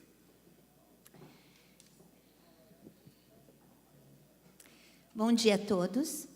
Eu sou Elaine Molina e estou aqui representando a Unilever Brasil. Antes de iniciar a minha apresentação, eu gostaria de dizer que é um prazer enorme e eu estou bastante orgulhosa de ser uma das finalistas desse prêmio, entre todas as importantes empresas e organizações que estão aqui. Eu também não poderia deixar de agradecer a todos que organizaram este excelente evento aqui em Florianópolis. Mas antes de começar a minha apresentação, sempre que eu venho para uma situação de um palco, eu sempre fico um pouco mais nervosa.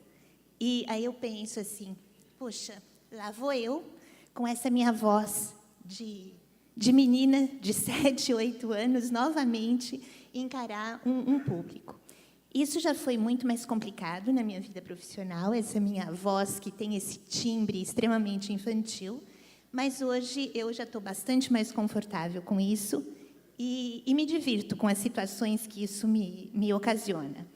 Até hoje, as pessoas telefonam na minha casa e se recusam a deixar recado comigo, querem que eu chame.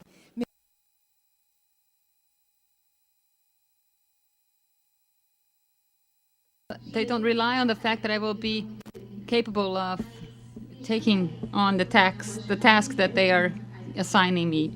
Well, leaving that on the side, I would like to introduce to you our projects on health and health prevention that we have at Unilever Brazil.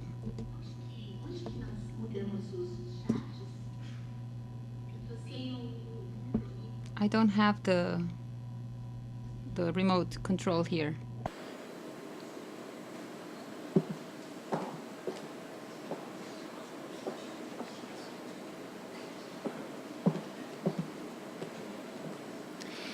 Bom, eu sempre gosto de... Well, I always like to have some motivation in my professional journeys, and I understand health as Unilever as if we were in a racetrack in which the timing and the performance of our worker is not measured by the time in which he does this race, but on the quality of the performance that he or she will have from the beginning of their career at Unilever until the end, until the arrival spot. And our great goal is for our worker to come to us with a physical emotion performance, and to when they enter the organization, and we want them to leave in an even better shape. So before we start into the organization, I'd like to give you some important figures on Unilever and on the world. Unilever is present in 190 countries. We have a total of 170,000 employees. We have 252 factories We produce 700 different products distributed into 25 large brands.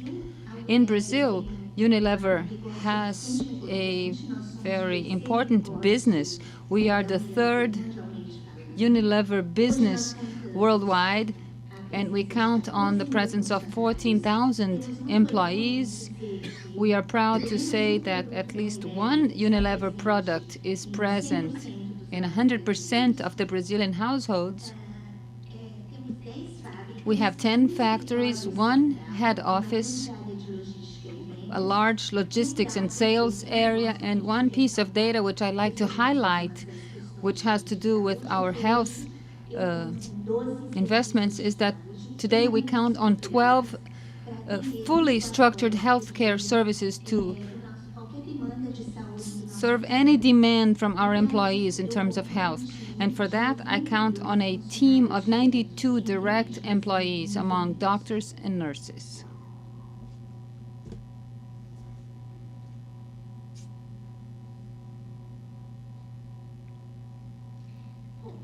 Well, everything that we do nowadays at Unilever is included in a framework of sustainability. Our Sustainable Living Plan is a work plan signed by our CEO, Paul Coleman, which guides everything we do. The 3 pillars of our broad sustainability plan are improvement on health and well-being, reducing environmental impact, and involvement of communities. I even play with my team that before we take any action, any improvement, or any idea, we have to ask ourselves whether this action is aligned with our plan for sustainability. If it is, fine, we move ahead.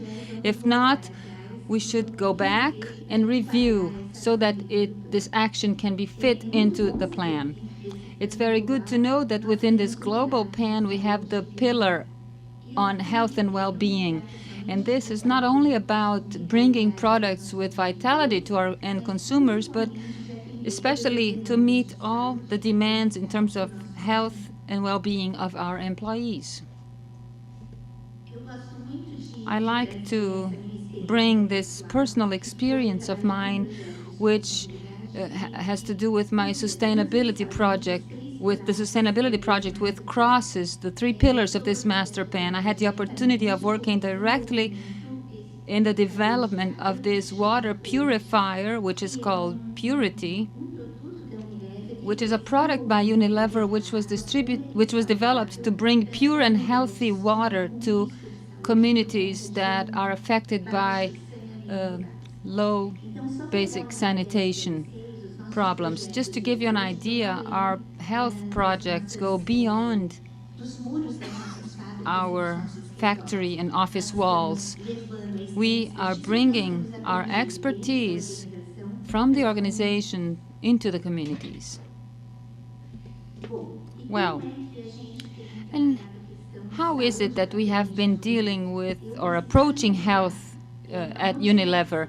I needed to find a motivation that would really sensitize our leaders so that this process could really have the impact that it should, or in the involvement and commitment that it should have in the organization. So I chose a theory called the theory of the corporate athlete, which in fact is a theory developed by the Business Institute of Harvard by 2 scientists. And this theory is quite simple because it makes a very basic comparison as to why an Olympic athlete, a high-performance athlete, manages to flourish even under high pressure, for example, in a competition day, and why corporate athletes not always can deliver the best in their performance. So I bring here a comparison of 4 aspects which will provide this very understanding, which has worked very well throughout my journey for healthcare prevention and promotion at Unilever. A professional athlete spends most of his or her time training. A corporate athlete, and I call a corporate athlete all of our employees and executives at Unilever, they practically have no training. They simply go to work. A professional athlete spends little time competing. That is, the period of time during which he or she is competing is intense, but it's short. A corporate athlete spends 12 to 14 hours of his or her day on a high performance level, having to deliver the best result. A professional athlete has off-season periods during which he or she can rest and feel refreshed in the physical and emotional and mental aspects. A corporate athlete, on the other hand, has at most 3 to 4 weeks vacation time. A professional athlete has 7 to 10 years of career, practically. Nowadays, it's a bit more extended, but a corporate athlete has an average 25 to 30 years in his or her career.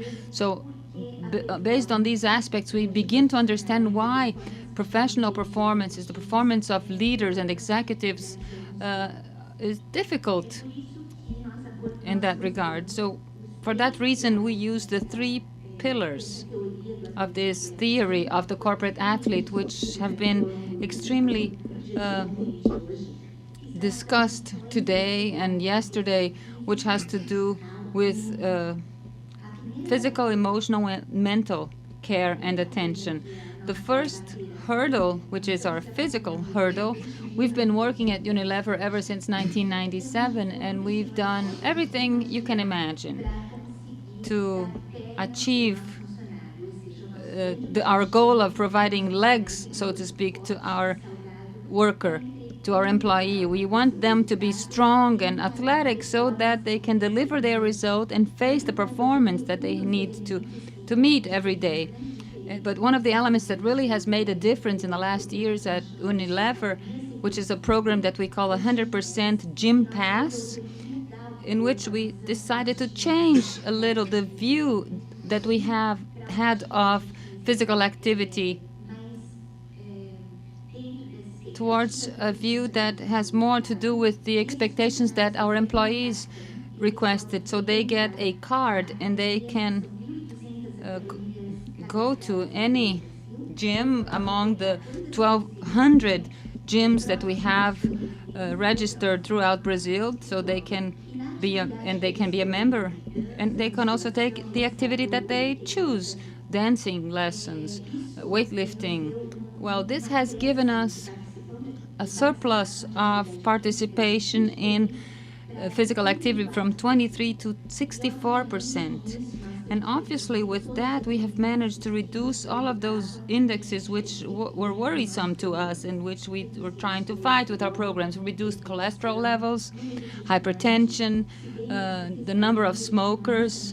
But this number of smokers issue was a lot helped by our non-smoking policy. All the spaces at Unilever are smoking-free spaces. So bringing it all together, we managed to achieve a reduction in cardiovascular risk of about 50%. The second hurdle, which is the emotional hurdle, well, we have also worked on that for more than 10 years. Since 2003, we have been investing our efforts on that. And even though we have made a number of actions, from flexible working hours, an environment with an open layout, labor gymnastics to improve the quality of life of our employees, we also have the EAP, the Employee Assistance Program, which also helps and provides sustainability to the emotional issues of our employee. We have that for 100% of our employees and their direct family members. We use that with financial support, judicial support, social and psychological support. Among all the demands that we have forwarded to EAP, 89% of them are solved. The 11% that are remaining are referred to our area, and then we use all tools that we have for more complex cases such as drug abuse, alcohol abuse, and so forth. And finally, and this is our big challenge at this time, this has to do with mental well-being. From 6 to 8 years, until now, we had a migration that all occupational pathologies, the repetitive strain injuries, the osteomuscular diseases, which were my great goal of resolving, they have migrated to mental pathologies. Nowadays, we have a situation that every month that goes by, there are more cases of stress, anxiety, and depression disorders, and this has really changed our focus of attention.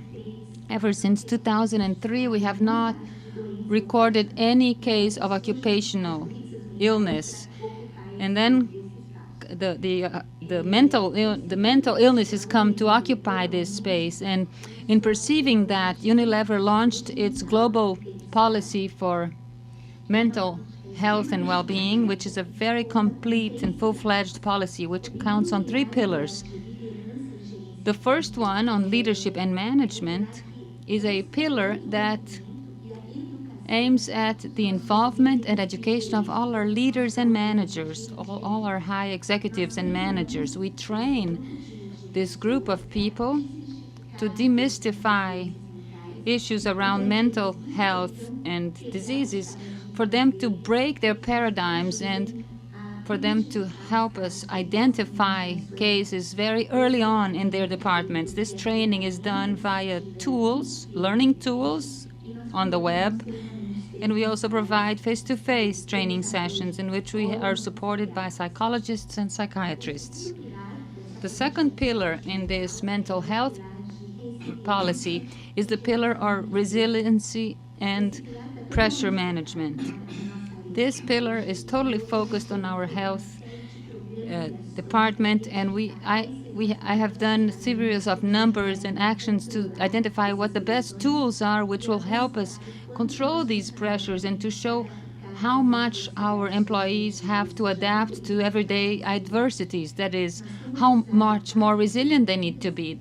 So we have used 4 tools: meditation and meditation workshops.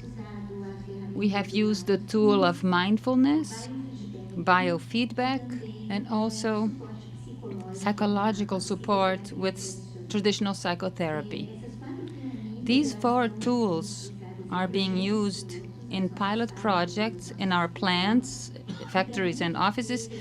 And to my surprise, and I imagined that meditation was something that had nothing to do with our organization, I'm being surprised because this is the tool that has had the most adherence. It's the support tool that is mostly adopted by our employees. And the last pillar, which we call the support pillar, in that one we are identifying some possibilities, because this pillar determines that with one touch or phone call, any employee that feels that their mental health is threatened, they may get help and support.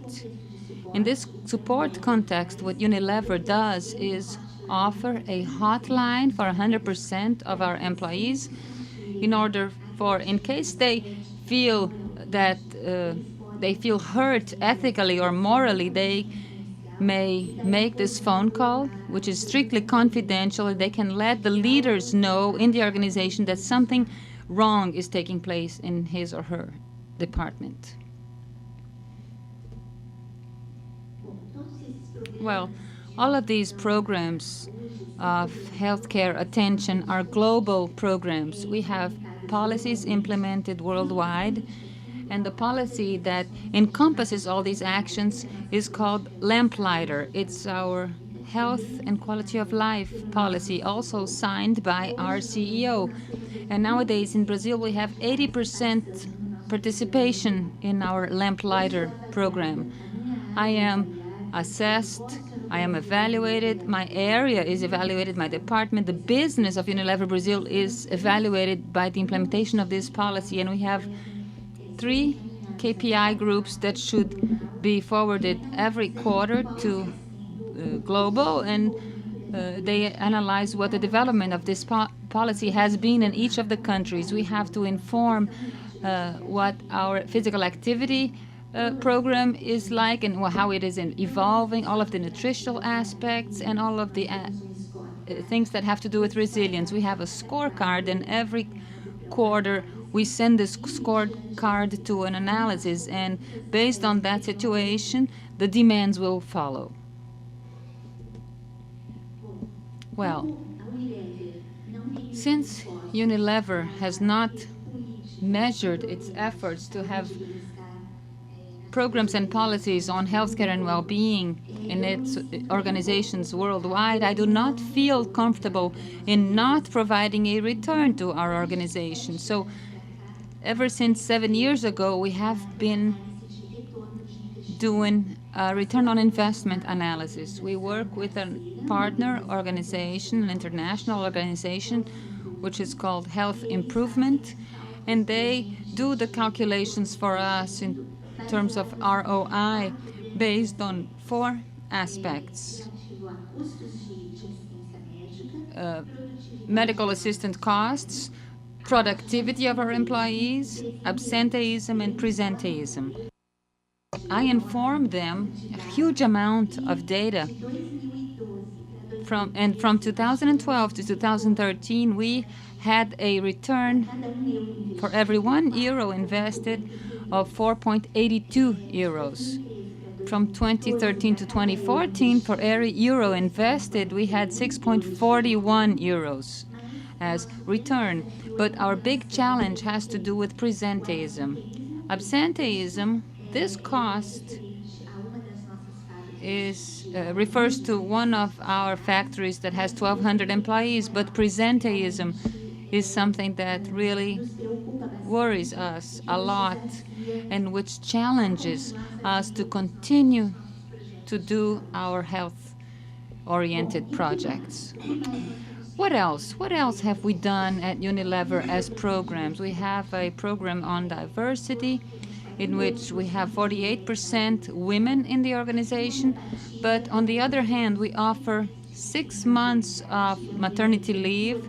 Unilever was a pioneer in this project even before the Brazilian legislation existed. We have a manicure for our female employees, and we have a nursery.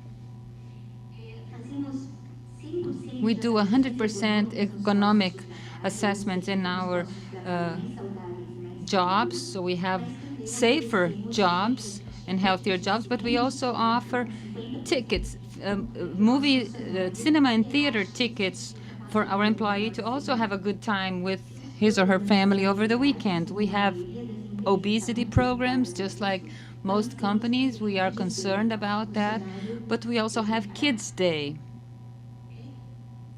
Do I need to stop? Well, let me just finish this chart, and then I will wrap up my presentation.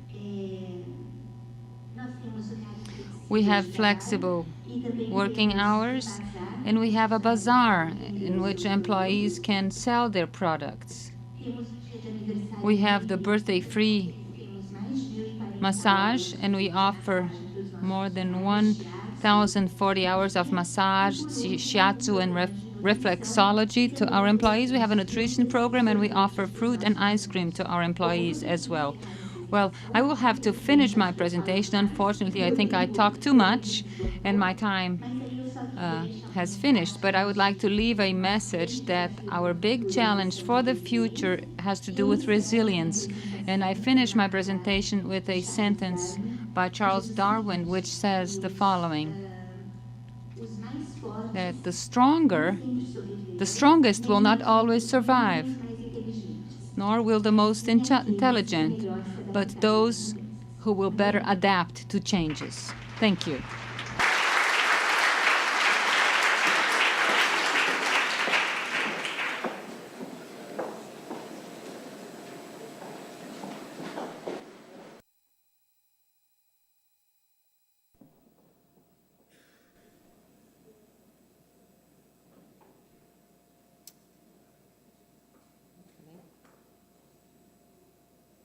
Hi, and thank you again for honoring us at Vanderbilt this year to come and speak with you here with so many wonderful other companies that have been selected. I was asked last night why I was interested in the Global Health Summit, And thinking about that last night, it hit me that, really most of our programming that we have, yes, most of the programming that we have actually had its roots in international health. When I was young, and I was about 5 or 6, my father passed away with a heart attack. And my mother was a public health nurse, so I spent much of my youth going around with her when I was out of school, visiting homes. And when I went to medical school, and after I completed my training in internal medicine, I became very disappointed that I hadn't seen any more public health in the U.S. the way that healthcare is delivered. So I actually took some time off, and I went to Malaysia as a loose scholar to work on their flying helicopter service there, and fell in love with prevention and discovered it all over again, the public health that I knew. I was able then to be able to study prevention formally at Hopkins, and then work with the World Health Organization, spending some time in Tanzania. I enjoyed the presentation yesterday, and then also some time in Zambia before going back to work at our own public health center. So all the way to go around the world to say that when I was recruited to come to Vanderbilt to start our prevention programs, it was not very much there because, again, the U.S. is just now, I think, coming into that market. But I've been there about 20 years now, and I'm looking forward to telling you a little bit about our programs. So first, Vanderbilt. Vanderbilt is a university in the southern part of the U.S. We have a mission of education, research, and patient care. Our university has 10 schools, including a medical center that has a hospital, adult and children's, psychiatric, and rehab. We have about 4,000 faculty, 20,000 staff, and then about 12,000 students. And our physicians are our employees. So we have in the ballpark of around 5,000 of our faculty and staff who are physicians. Our leader is Chancellor Nicholas Zepos, and his goals and strategy for the university are threefold. The first is that he wants to have excellence. He wants us to be seen as an educational center and achieve excellence in that sphere, as well as to recruit and retain the best. And he wants us to have a wise use of our resources, which is that we need to control our costs. For us, that's healthcare costs, both our workers' comp and our health plan, as well as to maximize the productivity, which increasing those people that can stay at work and we retain, to decrease our absenteeism and our presenteeism as well. And so all of our leadership get a scorecard every year, and some of them have incorporated into their goals meeting those strategies across the various spheres. Now, health and wellness is an umbrella then for 3 programs that have started. The first was occupational health, which I was originally recruited to begin, and it was a good place to begin because that's compliance in the U.S. They had to have it. That's really why they started, is they couldn't get around it. But then after that, we were able to expand and start offering some behavioral and emotional services with our EAP, and then after that, began to offer our health promotion programs. So the problem is that those health and wellness programs historically, the way that services are delivered in the U.S., were kind of bundled up in a little bucket, and they were thrown in, along with the health care plans that were thrown in and the disease management. And all of a sudden, you have a lot of plans that are thrown together, and the employer's presented a bill, and you're supposed to pay that. And so it's always been a struggle in a lot of the U.S. Corporations, and I would imagine internationally as well, in how those things are coordinated. Then to further the problem, of course, as our employees aren't those buckets. Their mental health is not separate from their personal or their work health. They're one person, and that family is inclusive to that. So finding the right model has been something that we have worked at, and I think have found a lot of support in the World Health Organization model. It's one of the reasons we embrace that model. It is, how do you take those physical hazards in the workplace and promote safety and have a safe workplace, immunize people, do prevention, screen them, treat their injuries, but then combine that with their personal health, those things that occur outside of work, as well as the psychosocial, promoting those policies that will help with resilience and retention of our best and our brightest, and then marry that with the home life. And so that's the model that we strive for in creating those programs and the overlap. We have leadership support that we talked about, as well as then employee engagement. So we have a number of tools that we engage our employees that we'll talk about more, but including what we call wellness commodores, or those people within the departments that volunteer, because we're such a horizontal organization and we're so diffuse with so many varied interest and in such broad socioeconomic diversity in everything from our custodial workers, our environmental workers, dining service workers, up to our professors and our physicians. So the way that we are now approaching that is, I think, a kind of our new integrated approach is that we're taking that health and wellness and those other employee health programs that we have, and we are marrying those with our benefits and with our provider network. And Vanderbilt is doing that internally, as well as introducing this across the southern region and what they call the Vanderbilt Health Affiliated Network. And with this, having the administrative components, as well as being able to have the population health and to stratify and to approach people in a personalized way through big data, we're able to then get access for the services that we identify as problems through that provider network, and to align the right levers so that we can engage both our providers as well as our employees in that. So that's kind of the strategy. So how do we really put that into work? So let's start with the employee wellness home.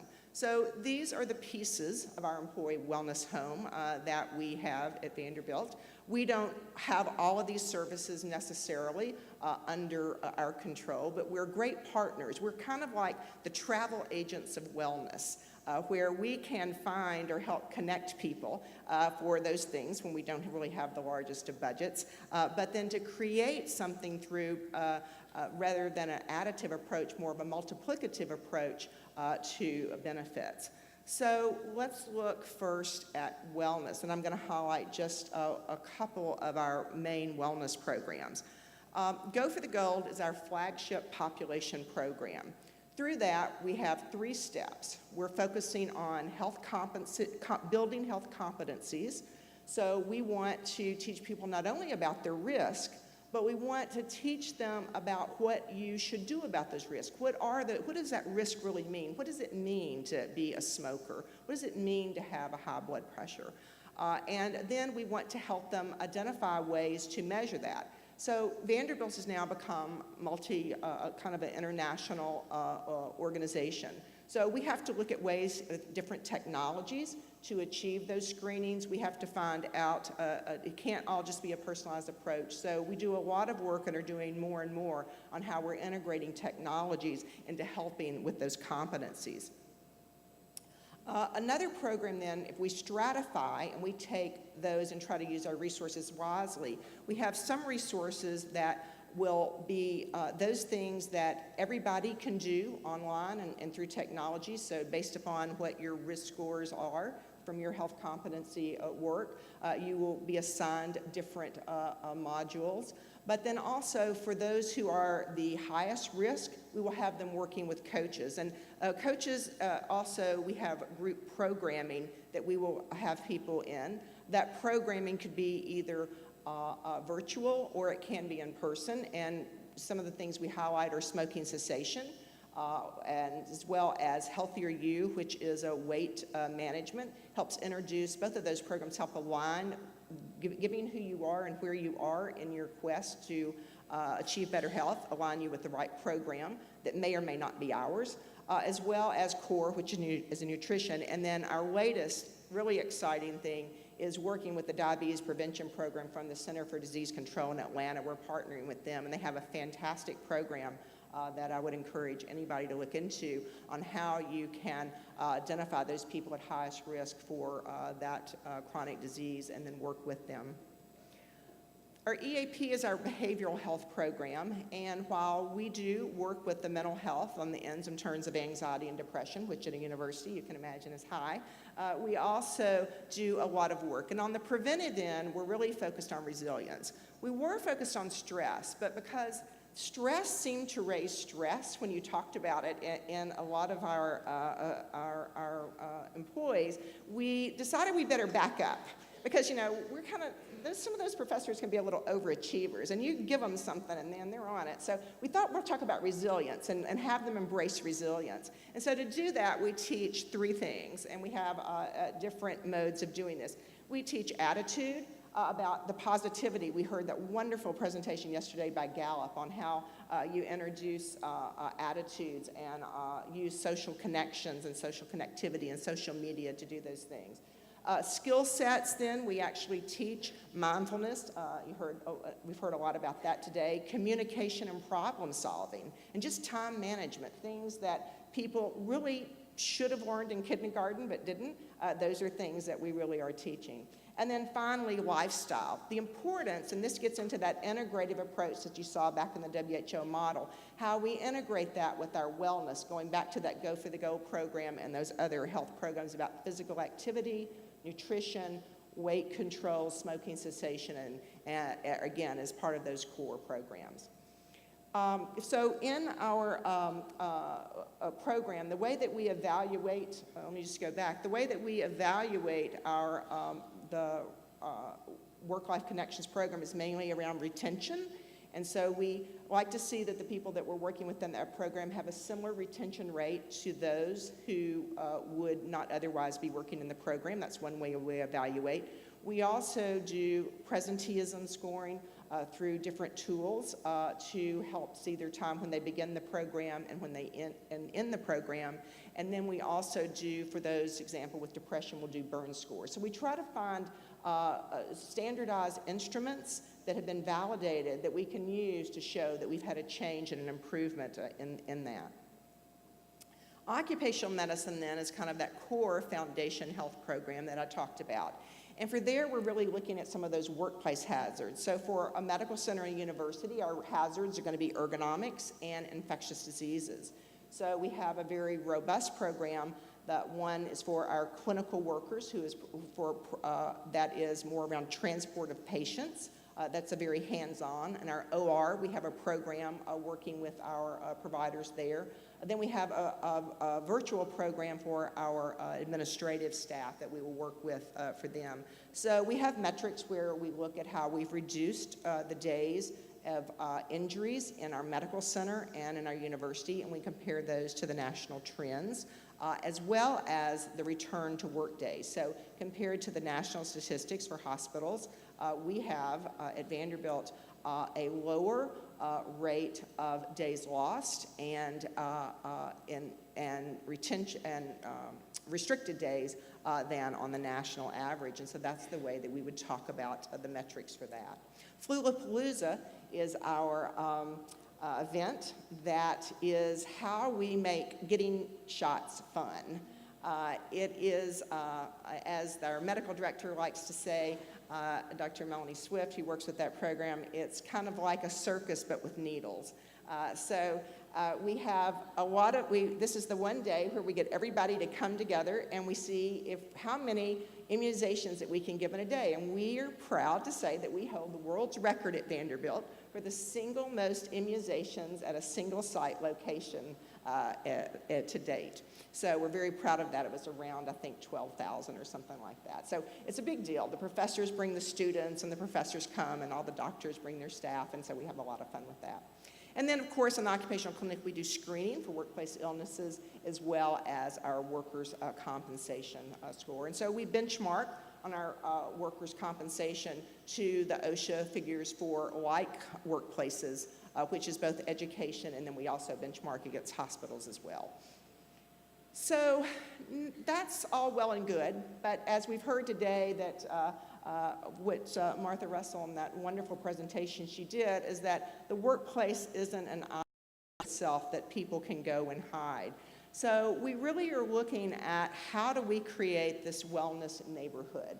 And so the Vanderbilt, through its affiliated network, is setting up more and more this atmosphere, and we have begun within the university, and really it's been a very successful endeavor on how we can expand beyond that wellness workplace that you see up there in the upper left-hand corner to include the personal home as well as wellness home and the community wellness home. And then how do we connect all of that?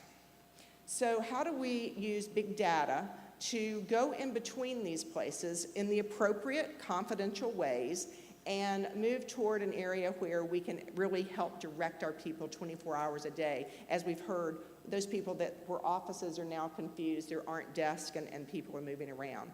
So let's look first at the personal wellness home. What can we do there? So we can help develop those health competencies. Those are things that can be virtual, so that the guide, which I'll talk about in a moment, but we have our newsletters, we have as well as our monthly health observances, which are podcasts that we do with our various faculty.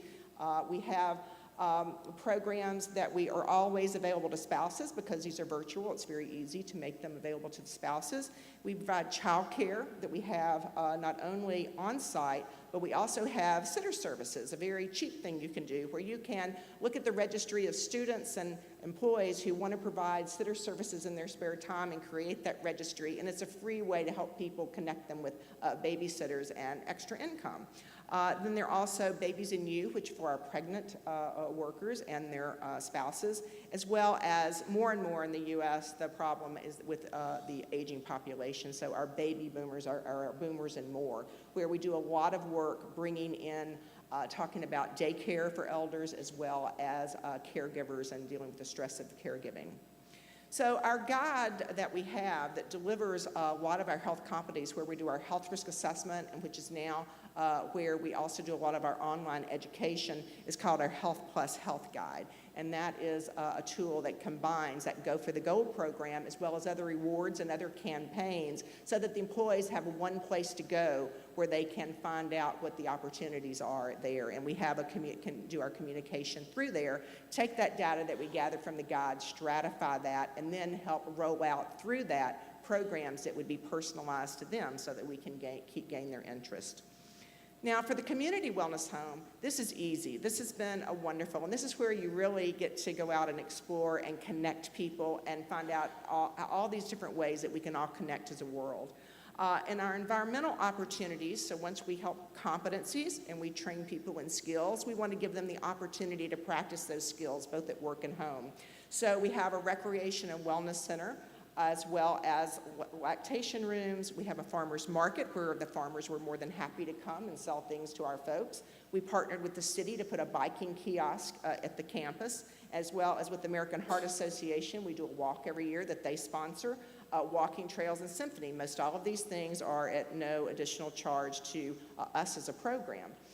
We have them work with the state municipal government, both the city of Nashville as well as the state of Tennessee, through the governor's offices, have initiatives that we partner with and that offer free programming to our folks, as well as we look at our low-income support, how we support not only our people who are low income through tiered insurance programs, but also how we can partner with to help those in the city. So a lot of our providers run an indigent care clinic there in the city, as well as we work to help for low income, how they can access public transportation. And then we have various support groups that we sponsor around campus. So the two programs in here that we just highlight are, first, our nursing rooms. Those are available to all the public who are there at the hospital or the university, as well as the students and the faculty and staff in their rooms where the nursing person can go and can express milk in a quiet setting and a nice chair in a locked and private area. We have those available all across the campus. We also have a recreation facility that when you Go for the Gold program, you can have up to $240 for participating in that program I told you a minute ago, where we have 80% of our population participating on a voluntary basis. That's our doctors as well as our professors and our environmental service workers. They can also elect to take a membership there. Our medical home is really our hospital, connecting the hospital, the provider network, and our walk-in clinics all across the state of Tennessee, as well as now in the Mid-South, and looking at a national presence so that we can connect through that. And of course, all of that needs information to drive it. So our information gathering, I've talked about the stratification, and we collect through the guide and how now the Vanderbilt Health Information Exchange is connecting all those providers and hospitals. We have information delivery through a portal for our employees, for our wellness activities at work, as well as for the providers that they see in the office, a way they can communicate with them. And then we do a lot of evaluation where we're trending against national and state benchmarks and looking at how the slope of our curve it compares. In other words, are we at a faster rate of improvement, which that has done in physical activity, smoking, we're flat, and obesity, which has been good for us, as well as we're now exploring value adds. How do we judge which program is really the best? Is it better to do smoking, or is it better to do physical activity? And then predictive modeling. And I'm out of time, so I'll end with a picture of our university, our leadership, the walks we do, as well as... Dear judges, and then the audience, if there's time, to ask difficult and uncomfortable questions. It doesn't have to be, but please go ahead, whoever wants to go first.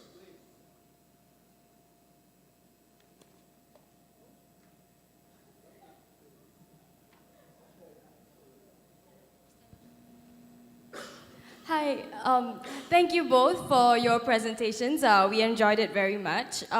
So I have a question each for one of you. So I will start with Unilever. So Unilever, you are very lucky because you have a global program, the Lamplighter program, the Global Sustainable Plan. So I just want to find out what are the uniquely Brazilian components that you have adapted from the global framework that is by the global Unilever branch. So what have you done? What have you customized? What are the uniquely Brazilian things that you have customized to make it relevant for your people? Okay, and for Vanderbilt, you have 12 years of programming. We can all see that it was very rich. You have covered a lot of things. And I just want to find out, what is your vision for your program in the next 5 years? And what are the elements that you feel will continue? And what are the elements that you feel you want to wind down? And because, you know, you have looked at big data, you have looked at predictive modeling. So what are the key things that you will want to keep? And what are the key things you want to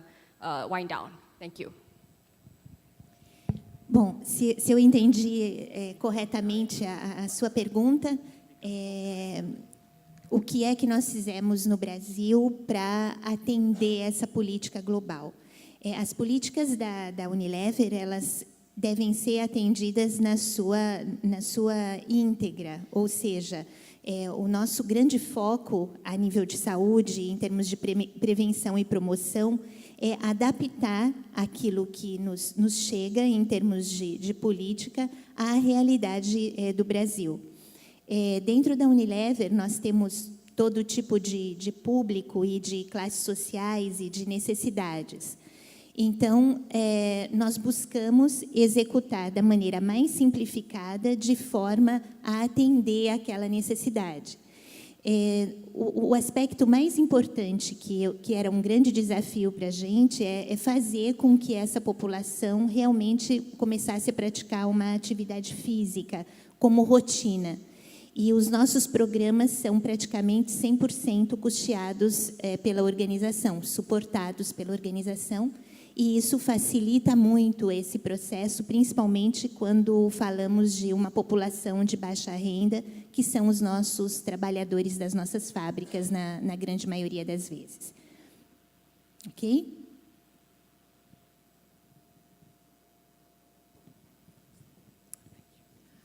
Yes, so the question was, where do we see ourselves in 5 years, and what kind of things would we see winding down? Definitely in 5 years, we want to be integrated with the whole provider network. Right now in the U.S., we are very disease-focused in terms of reimbursement, and so therefore that's where the dollars are, and that's what drives a lot of the healthcare costs. Many of those costs not really related to health, they're related to business. And as in the next few years, we're going to undergo a revolution in the U.S. where more and more prevention is going to be seen as the way to be. So we realize that treatment arm is such a big monster that we have got to integrate to it. So we have to go to it to integrate, but we need to form those partnerships. So that's where our real focus is going to be, I think, in the next 5 years, is how do we become something that people know what we actually do. Most people in the U.S. in prevention, nobody really knows what you do, and so you spend most of your time explaining yourself. In terms of things that we want to get rid of, the big data is done the right way. I would like to see us first get rid of the threats to employees. I don't want health to become something that you're threatened with. If you are not doing this, then this, because the whole focus of if you're not smoking, then this is going to happen to you. If you're not exercising, that is what's ruining our stress. And as we have heard here today, if we've heard nothing else, it is the stress in the workplace. It is the mental health that is really, I think, hurting us in terms of why people get sick. So I would like to see a more collaborative approach, and I think we've done that at Vanderbilt, to get an 80% participation on a voluntary basis. It can be done, but it means that you've got to listen to them, as well as then ask some things of them that may be out of their comfort zone. It's got to be a partnership, I think, in the workplace there. And then using that big data to help make it more relevant to you, so that you're not getting emails about stopping smoking if you don't smoke. You're getting emails about how to sleep more and how to do better. Hello. I'm going to try and ask the same question for both of you. Thank you very much for very comprehensive presentations, and obviously both of your interventions are very data-rich and very comprehensive. I want to ask you I want to press you a little bit on mental health.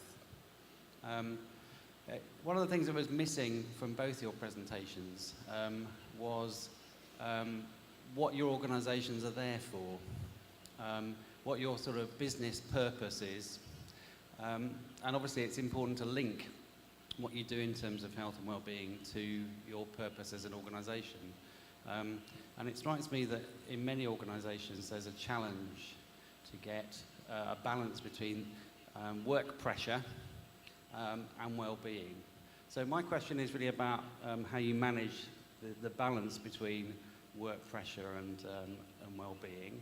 How much do you know about the proportion of your mental health related sickness, absence and presenteeism that is work related?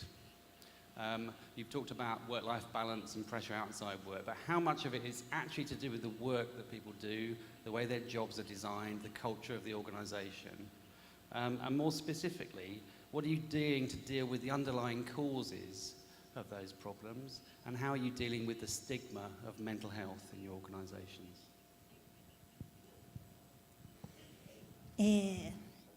Essa é uma pergunta bastante complexa para responder, porque a análise de se uma patologia realmente é ocasionada pelo ambiente de trabalho ou por questões ocupacionais é bastante complexo. O que nós temos feito na Unilever é uma análise que ela é baseada em informações que vêm do nosso funcionário e uma avaliação feita por um psiquiatra, por uma análise um pouco mais ampla e mais profunda dessa patologia. Como nós conhecemos muito bem as áreas da organização, nós sabemos exatamente quais são as áreas que oferecem maior risco ao desenvolvimento das doenças mentais. Um exemplo nosso, por exemplo, da Unilever, é de que a área de finanças é a área em que eu tenho o maior número de casos de estresse, por exemplo, finanças e marketing da companhia.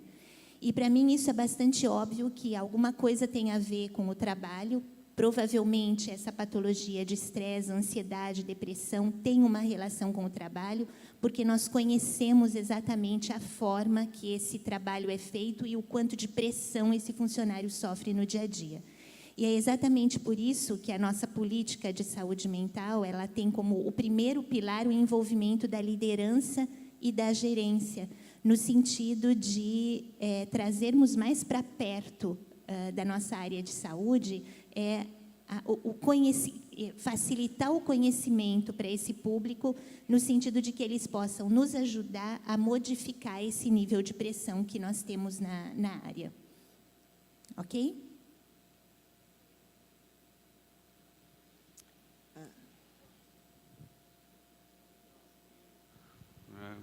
Can I just ask you what you do if the manager is the problem? Yes. Algumas vezes a liderança e os próprios gerentes acabam sendo o problema, acabam ocasionando essas patologias.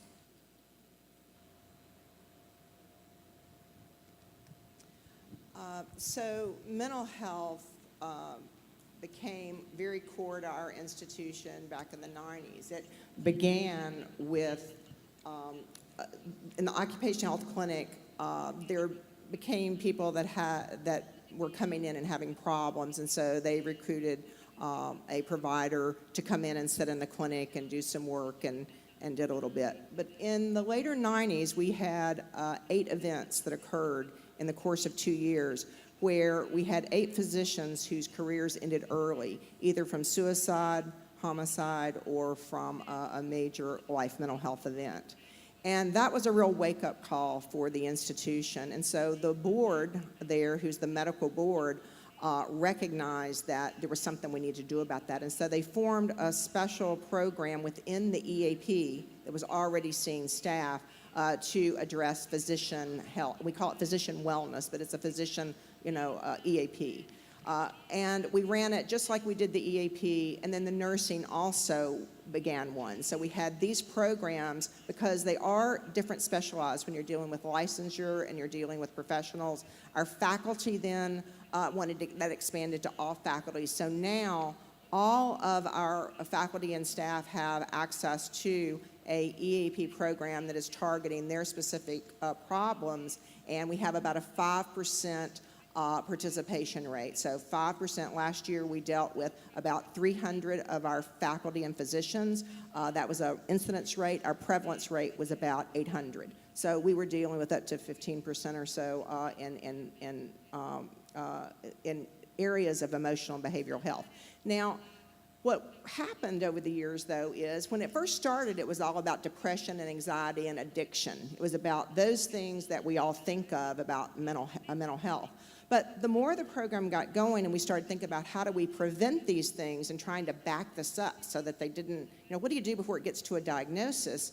That's when we got into the area of skill set building. And what we recognized, we did some surveys, and we asked, what are the problems? And we thought we were going to see, like, for example, in the physicians, that malpractice was a problem, training, finances was a problem. But what was a problem was that they weren't a lack of affection, they weren't having relationships, or they were having problems, that not exercising, not sleeping, all of those things that we were teaching in our health program.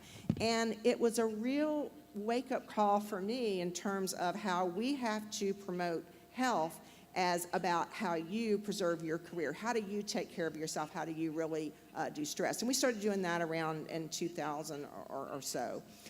So we now do coaching programs where we'll work just with stress and behavioral health, and where if there's a fine line between coaching and counseling. And if you pressed me, I don't know that I would really say it. But for the stigma purposes, coaching sounds a whole lot better than counseling to most of our folks. And so we have very robust coaching programs, counseling programs for those that do have short-term problems.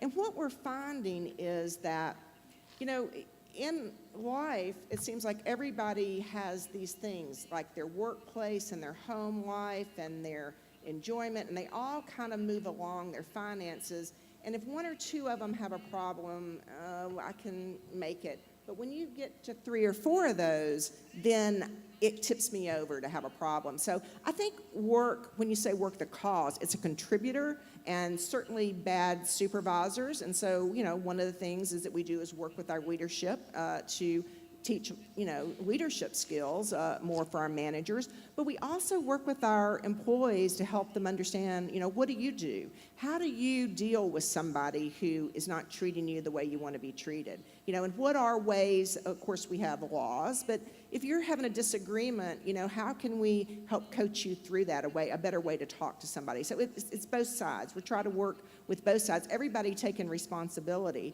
Obviously, the organization has to take the most, but really trying to not make people helpless in this, that you do have something that you can do as well. And through that, I think that's why that number, now 15%, I would say that all but about 10% of those are really our hardcore issues that are more problematic to deal with.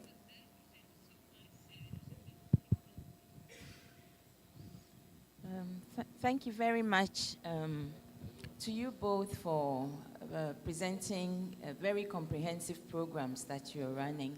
Now I have a question which goes to both of you, and that is, what sort of structures do you have in place, or what sort of framework do you have to ensure that workers do participate actively in the planning and running of your programs beyond being recipients of the services that are being provided? Thank you. Os nossos funcionários participam de comitês, vários tipos de comitês, para realmente nos ajudarem a identificar quais são os maiores pontos a serem melhorados dentro da organização. Nós temos um comitê de qualidade de vida, em que esse funcionário participa ativamente, é feita uma eleição anual mediante uma comunicação para todos os funcionários, e nós trabalhamos de uma maneira multidisciplinar. Temos o funcionário atuante, participante, uma pessoa da área de recursos humanos, e em todas as situações há uma participação da área de saúde e também da liderança da fábrica, do escritório, da área de vendas ou quer que seja. Esses comitês, eles são responsáveis por nos ajudarem a implementar todas as ações, assim como comunicar as ações para os funcionários, para os demais funcionários dentro de um plano de comunicação. Esse é o framework que nós utilizamos. A cada vez que nós recebemos uma política do global de nutrição, de qualidade de vida, de smoking free, nós temos a atuação desse comitê multidisciplinar que nos suporta e nos ajuda nesse processo.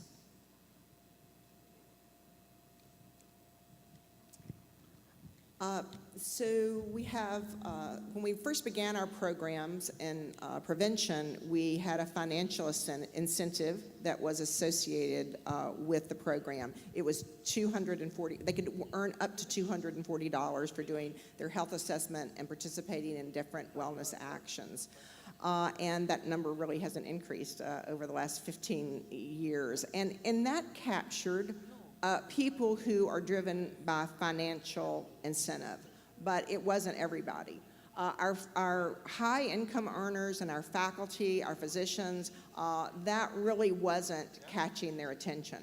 And so our next step, looking at the data and seeing who wasn't participating, was to start going to those groups and saying, y'all are the leadership here at this institution, and we're talking about making this a place of excellence, so we need you to buy in here. And if you're not going to participate, just don't give us a hard time about it, support it if you're not going to. And that really seemed to start being resonance. The leadership really started joining in and starting to participate and do walks and things. And all of our other leadership started acknowledging that, and our physicians started participating, we got more participation. But then there was still a group that we weren't connecting with. So our third approach was to talk about what's in it for you. And that is your longevity. If you're going to be in the workplace, if you're going to make it in this workplace, if you're going to be at the top of your game, then you've got to, you've got to be resilient, you've got to be energized, you've got to be thinking, and you've got to be on target.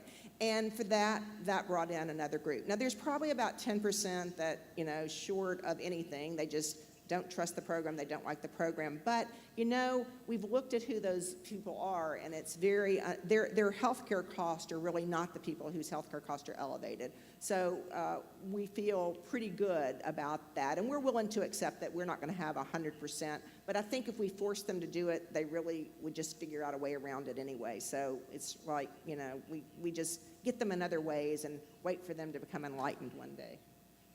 Okay, I think we have time for one more question. So, yeah, thank you. I will keep this very brief, but same question for both of you. And first of all, thank you very much for just a wonderful description of both of your programs.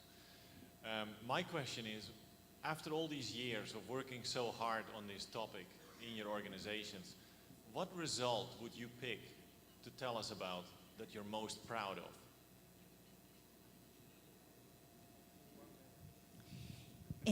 Eu tenho mais orgulho hoje de dizer, em termos de resultado, é o nosso retorno de investimento.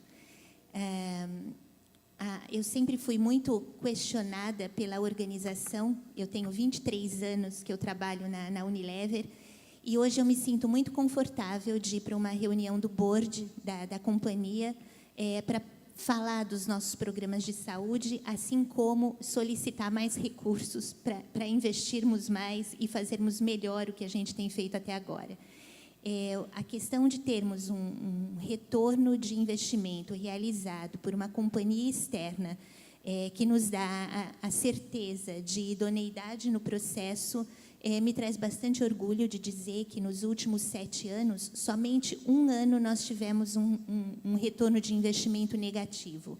Todos os outros anos, o nosso retorno foi positivo, e isso hoje é o que me traz mais orgulho no nosso projeto de qualidade de vida e bem-estar na Unilever.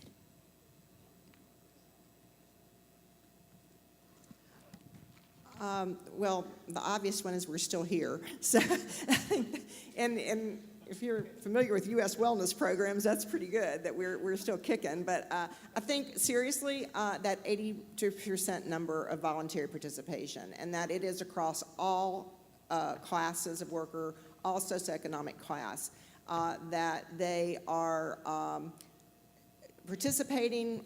They feel free to call us up and tell us exactly what they think and the things they like and don't like, but that it's really not so much our program anymore, it's more the university's program now, and that there are tangents that are independent of us, that groups that have started up and doing things that we just are now learning about in our Commodore. So I think that the participation would be the number one thing. And the ROIs and those things are important too, but ultimately that they find value in it, that I think is probably number one.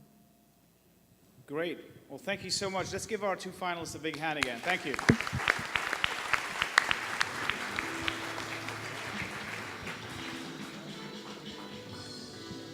So, it's the afternoon of the second day, and I'm sure some of you must be getting tired, but we really have a great afternoon planned. I don't want to say the best is yet to come, but it's just as good, if not better. Obviously, we have our awards ceremony at the very end. That's really exciting. But we have our M&E, our multinational enterprise presentations. And then we'll have a couple of really interesting sessions on the value of workplace health promotion, return on investment, and also healthy workplace as an investment criteria. And our executives from the state here are going to join us. So I'm really looking forward to it. And so come back. Thank you.